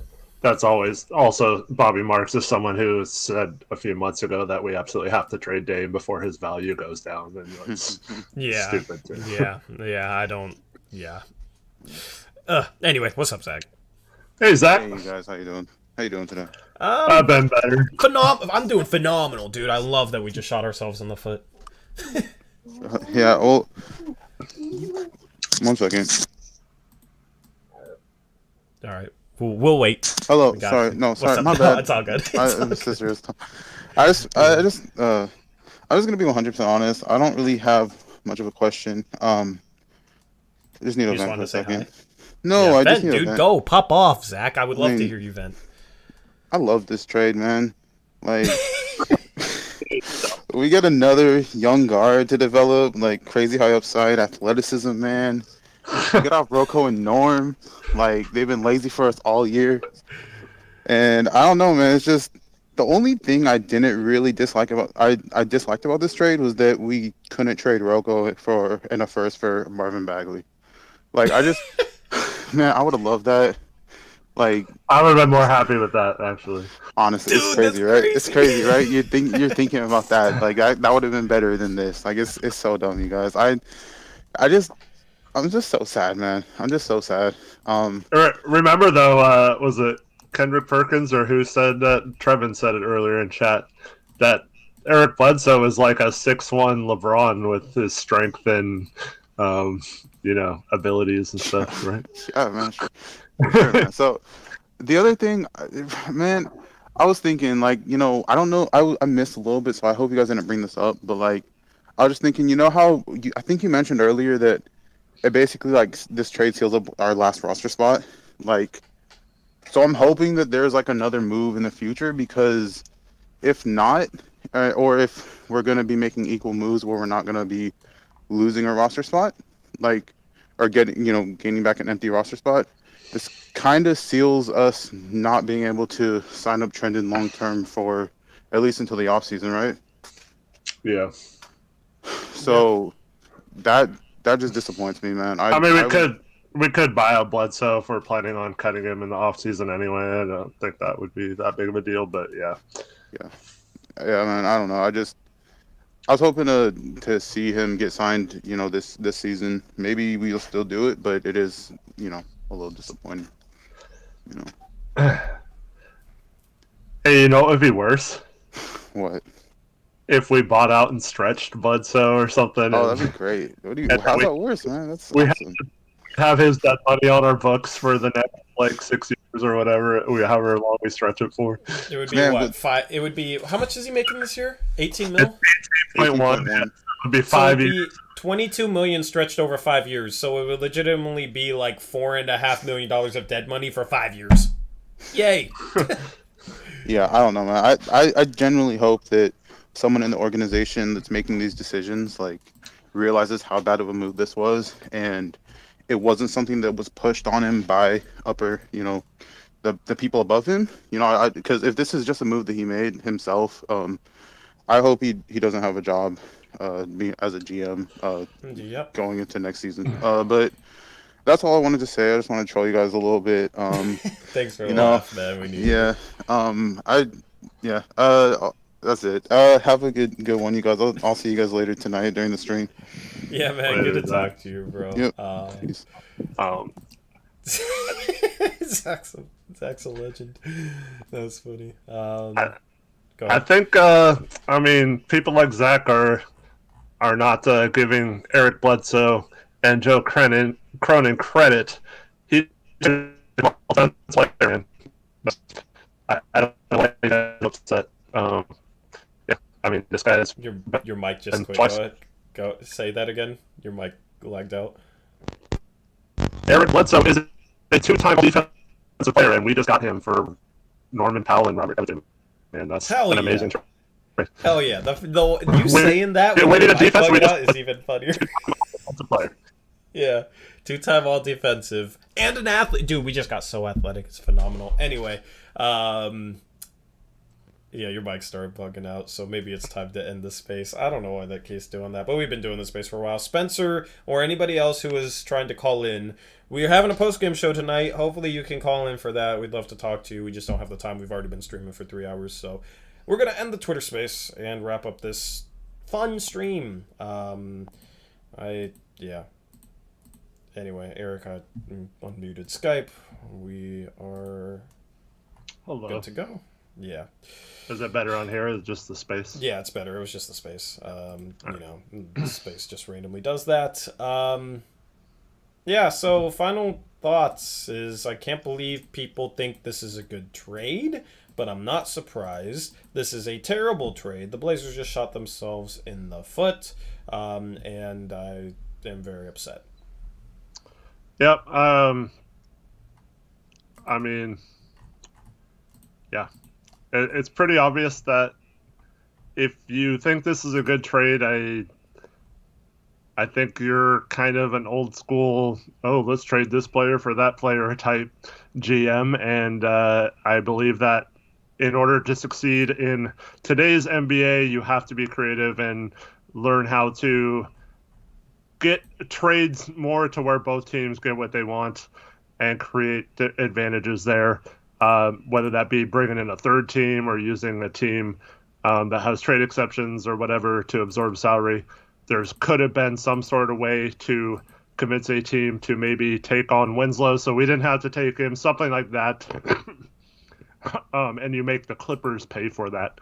So now all of a sudden we got all these players and we have this dead money, and I just don't think it was a very smart move, and I don't think people who think it's a smart move are really looking at how much this cripples our future in terms of assets or being able to make future moves. And so I'm just kind of disappointed in this, and now really bummed. I was laying in bed last night, couldn't sleep because I was thinking about all these trade possibilities, and now it's like all dashed, and we have no chance of pulling off much in terms of worthwhile to make sure that Dame gets a player that he needs to play with to make a run at contention. And yeah, it's disgusting, man. I can't believe we did this with 6 days before the trade deadline. Yep. I mean, it's just sad that this fan base can't agree on anything. Like, I thought, when I saw this trade, I'm like, oh, yay, finally a trade we can all agree is absolute crap. Mm-hmm. And somehow that's not the case. Garrett asks, how do you call in? For the future, I'm just going to let it, because we didn't really explain it. We run Twitter Spaces during our post-game shows. We decided to run one for this stream, so you can join into the Twitter Space by going on your mobile app for Twitter, and then joining the space, and then requesting to talk. So, Roy says, hey, the Suns traded Eric Bledsoe for Greg Monroe, so you guys, something better than we did. Maybe we can get Greg Monroe, man, because he was trying to make a comeback. They traded like Brandon Knight for Eric Bledsoe, didn't they? Or something like that. Yep. I mean, yeah. So, if anybody thinks Justice Winslow is good, he's not. You guys will find out soon, potentially. If anybody thinks Eric Bledsoe is good, he's not. You guys will find out soon. I think there's a lower chance we cut him than Winslow. Keon Johnson is 3 years away and very raw. He's like Greg Brown, but for guards. And that second round pick for Detroit is going to be like in the bottom 10, because I think Detroit will be a top 10 team by 2025. Like, there's a good chance they get like a Bankero this year to pair with Cunningham. Yeah.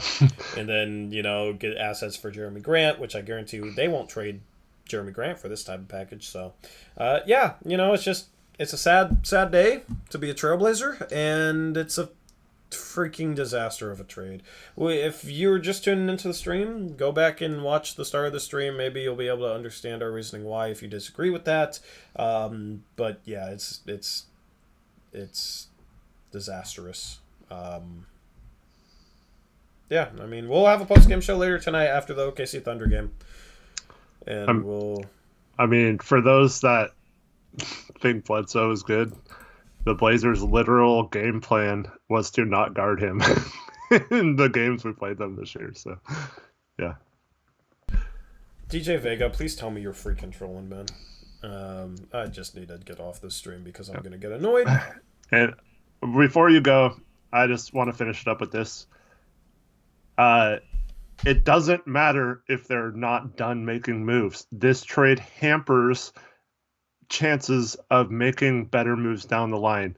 It significantly changes the way we can approach future trades and having the assets to make trades or adding on pieces to make trades. And that is going to ultimately, unless we get super lucky somehow, cost us the ability to put the right forward in place under Dame's prime that he has left. And this trade will be the point where we had a franchise-changing week where we could have lined up the assets to possibly get Dame the help he needs to win a title here, and that door just closed today. Maybe somehow Cronin pulls off a miracle and opens it up, but this did not in any way make that easier. It made it much, much harder, and there's now a deadbolt on the door that you have to pry open as well. And I'm sorry, but it's that bad of a trade, and it completely messed up our franchise. So, yep. Don't come in stream chat and say, if you're emotional, that means you're wrong, drummer. We've thought out this trade deadline, the potential options as much as anybody, more than anybody. I've dropped multiple videos on it. We've had multiple streams on it. We've literally tried to lay out all the options this team had, and they took an option that was like insanely horrible. Everything is logical here. We're emotional because logically we know this makes no sense. So don't come in here and say we're wrong because it doesn't make sense. We explained throughout the stream why it's wrong, but I'll sum it up, in a way for anybody just tuning in or, since we're signing off, summary. The Blazers had to, in this year's trade deadline, get the assets necessary in order to try and go out there and get a big name player, right? Then, they needed to try and maximize the value for Norman Powell, Robert Covington, CJ McCollum, in terms of draft picks, and then try and package those picks as well as other young players to try and go out and make a package that worked for a Pascal Siakam or a Jaylen Brown if those guys became available. If not, maybe there's a couple other guys that become available that makes sense. But they needed to maximize the worth of every player they had on the roster. And they did not do that today. It's a situation where none of these assets that the Blazers got back will help them at all get back a star caliber player, right? Now we're in a position where how in the world are we going to get a second star to play next to Dame? Because you're probably not going to get enough assets for CJ to make that happen, and that's pretty much all you got left. Sure, you can trade an Ants for a first, potentially. Sure, you can maybe get a first or a second from Nurkic, and then you can attach those couple of picks to CJ and see what you can get, but that's not getting you in the door for a Ben Simmons. That's not enough for a Ben Simmons. So how are we going to go out and get that second star now that we sold Robert Covington and Norman Powell for pennies on the dollar? We have now put ourselves in a position where we don't have enough assets to even have a chance in hell at going out and making a splash for a second star. And if we got proper value back for Rocco and Norman Powell, I know some people are saying they don't have value, but like every report suggests otherwise, that those guys had value. Sorry, I didn't want to say this until I confirmed with my source. What? The Blazers turned down Norman Powell using to the Pelicans for a first.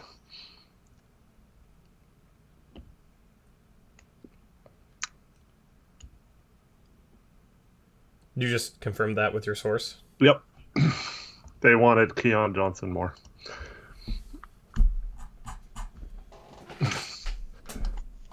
So we could have gotten a huge trade exception of $15 million and a first round pick, and we decided to do this trade instead. A 6'3" guard with an 8'1" standing reach.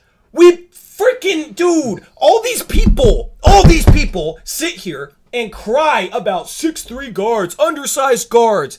Norman Powell's an undersized guard, and they think this is a good trade because we overvalued the hell out of a 6'3" guard with a 4-inch shorter standing reach than Norman Powell. Are you freaking kidding me? The dude can't shoot. The dude's not going to help this team for the next 2 years. We turned down a first and a $15 million traded player exception for Keon Johnson. Apparently, yeah. I know. Yeah. Get Cronin the hell out of Portland. It would have been a future first, but that also would have made us under the tax, right? By a lot. And then we could have taken... Honestly, we probably could have gotten Keon Johnson from the... You work it into the same trade, right? So you do Keon Johnson and Eric Bledsoe, and you send Robert Covington to the Clippers and Norm Powell and the first to the to us, right? Or we get Norm in a first, right? You could have worked it to where the Clippers still get something useful, but give us Keon Johnson for it, and we get a first too. Like that, I don't know.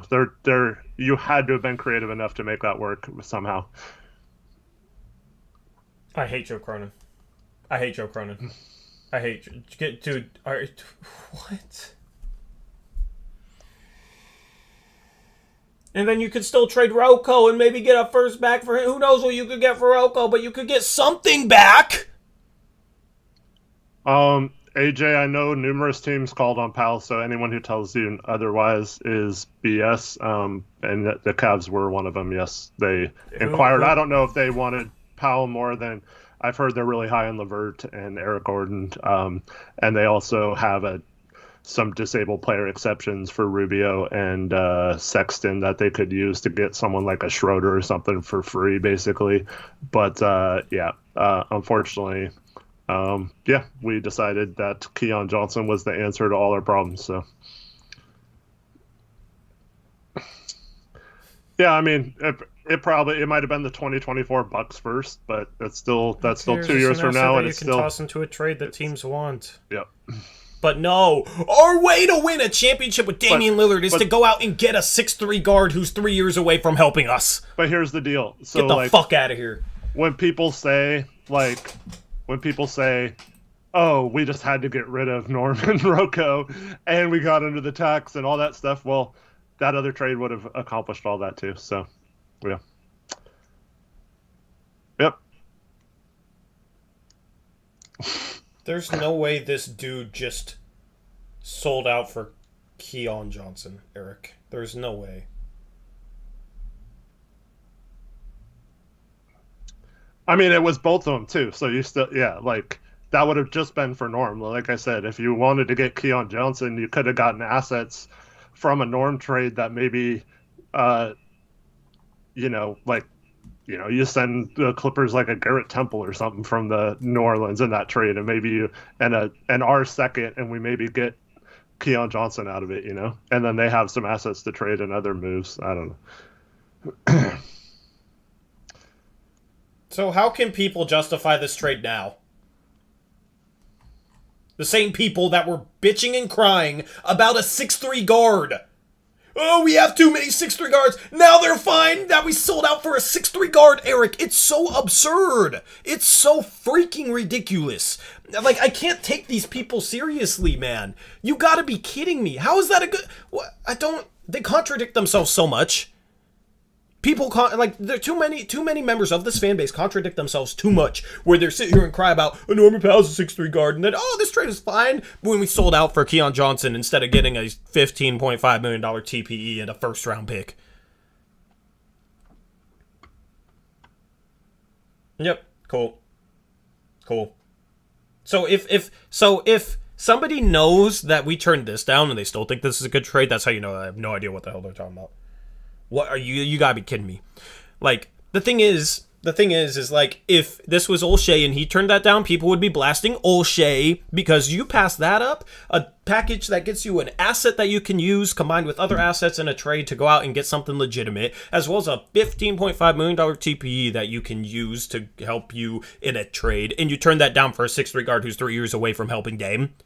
That's like everything that people who hated Olshey criticized him for. His love for 6'3" guards and him taking guards that won't help Dame, and they needed to trade draft picks to help Dame, and why are they taking a 6'3" guard and Anthony Simons, right? Like, that's everything they criticized him for. So I don't know how those same people can sit here and turn around and say that they have no problem with this trade, because it goes against everything that they've preached for years. He's 6'3.5", by the way, so maybe that half inch with an 8'1" standing reach, and Norman Powell's 8'5.5" standing reach. Norman Powell's reach is, reaching up. Norman Powell, his hand is 4.5 inches higher than Keon Johnson's. So in terms of contesting shots, he has a much better chance of contesting shots. In terms of grabbing rebounds, he has a much better chance of grabbing rebounds.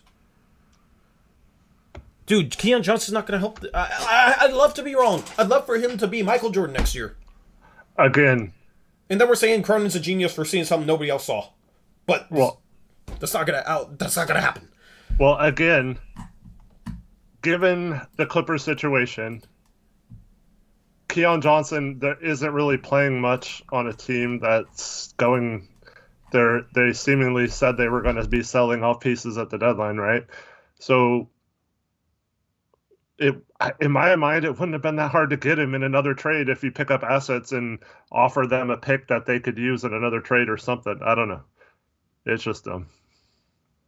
So they turned down a first-round pick and a $15.5 million TP from New Orleans just so they could throw Rocco into a Norm deal, just so they could get Keon Johnson. But no one had any interest in Norm, so we had to take this deal. Yeah. See, that made no sense. Made no sense. And we tried to explain. People question us on this stuff. It never logically made sense. Dude, it's like New Orleans is apparently considering trading a first for Eric Gordon. Like, yeah. It's disgusting. I'd be pissed if I was David Griffin. Like, you guys took that? Yeah, I guess. What's the future? Like, is the future to trade Dame? That's the only, like, it almost like this move makes more sense if we trade Dame, because then it's like, oh, the future is Keon Johnson and Anthony Simons, I guess. I don't know, dude. Like, I feel like we're going to be looking back at this when, I feel like Keon Johnson could easily be out of the league in, like, 4 years, and we're looking back on this like, wow. Just like we look back on, like, Zaire Smith, like, wow, the Philadelphia 76ers could have had Mikal Bridges, and they traded him so they could get Zaire Smith. They traded down and drafted Zaire freaking Smith.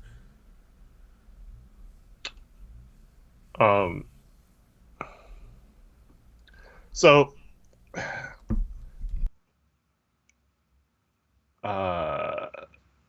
let me see who said this.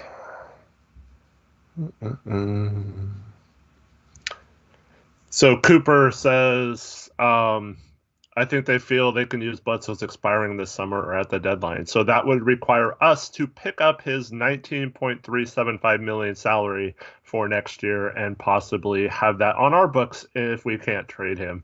And who's going to want that contract anyway? And we don't have any first to attach to it, especially if we don't make the playoffs this year, like we're not going to.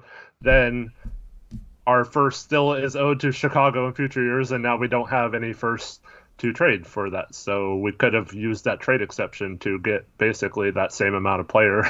Yeah, because a $15.5 million trade player exception would have meant we could have traded for a guy making $15.5 million and wouldn't have had to trade anything back. We could have just absorbed his salary because that $15.5 million traded player exception cancels out any salary that's at that amount or less. So without having to sell a team on taking Eric freaking Bledsoe. So a team trying to get under the salary cap, or a team trying to clear some cap space that doesn't want salary back and definitely doesn't want Eric freaking Bledsoe, that $15.5 million TPE would have worked because we could have absorbed salary without giving anything back to them, and they could have saved somebody that could have helped us get a player at good value. But no. Eric Bledsoe with no assets. Sick. Doesn't make sense. Cooper, go watch the rest of the stream, man. We've already answered that. That's such a lazy way of thinking about it. And if our GM can't figure out how to use assets to his best ability, he needs to get the frick out of there, because there's multiple people who would be able to use those assets to their advantage instead of saying, oh, we don't use TPEs anyway, so what's the point? Yeah, like if he's so bad that he couldn't use a $15.5 million TPE, then that just confirms everything we've already said, that he shouldn't be the GM. Okay? We need a GM that's creative and are able to use those assets. So he should have created it, and then he should have used it. That's what he should have done. Instead, it's like this crap. So it's not like it's hard to use a TPE. It literally just, everything in terms of negotiating a trade still plays out. And it's just like, oh, instead of having to give you Eric Bledsoe for this guy making $15.5 million, well, we don't have to give you anything. And you get to save money, and you get a $15.5 million traded player exception that you can use another trade. And therefore, maybe we don't have to give up 2 first-round picks. We only have to give up 1. Hypothetically. Mm-hmm. So, yeah. It's a disaster, man. I can't believe this. I cannot believe this. There's no way we did that. Have fun watching the game, everyone, tonight. See you later. Yeah. Anything else you want to say, man? Man, well, OKC, I mean, gotta out-tank the Masters, right? They're playing them again. We had to find a way to not win this game. So maybe that's the short-term strategy, is just to be as bad as possible tonight, and that's all they were thinking about. Yeah, sure. I mean, maybe, yeah. Anyway, we'll catch you on the post-game stream. Subscribe if you haven't subscribed yet. I mean, obviously, we're very emotional and frustrated with this trade. Normally, it's a pretty chill time, at least this year. So we'd love to hang out with you under better circumstances, because these circumstances aren't good. This was a disaster. I'm going to go and cry into my pillow for 15 minutes, then I'm gonna go try and work a little bit, but I'm not gonna be able to think, so I probably won't, and then I'm gonna sit on Twitter and probably get annoyed at people trying to justify this trade. That's the rest of my day, and then we'll watch the Blazers hopefully lose to Oklahoma City Thunder, because it's hashtag tank season, especially with this trade. Love you, Beerus, but to say it's impossible to grade this trade this early, give it some time, is completely ignoring the fact that this eliminates basically all but miracle routes of putting a great player next to Damian Lillard in any sort of relevant timeline. And yeah, we've illustrated several ways to do that. Those are all now screwed because of this trade, and that's the biggest disappointment to me. Yep. Agreed. Anyway, that's going to wrap up the stream. Thank you for joining us. You know, if we pull off another trade, we'll have another emergency stream. And this time I'll make sure to check my phone instead of editing a video that it's not even going to get out there, because a lot of that video involved trading Robert Covington to a third team. So the 5 Destinations series is now done. I don't know if I'm going to drop any videos between now and the trade deadline. This trade kind of nixed some of my plans for that. But that's part of what happens when you're a YouTuber covering sports talking about trades. Anything can happen at any time, and you have to be ready for it. So anyway, that wraps up this stream. We will catch you tonight, hopefully, with the post-game show. You can come in there and we can vent about this some more, and maybe we'll have a quote from Cronin that we can be frustrated at too, you know? So yeah, can't wait. That's always fun. We'll play it live, or we'll play the press conference, or if he makes a statement on air, and we'll have our thoughts, reactions to it. Yep. Anyway, that wraps up the stream. Hopefully you have a good rest of your day. Until next time, as always, peace out. Go Blazers.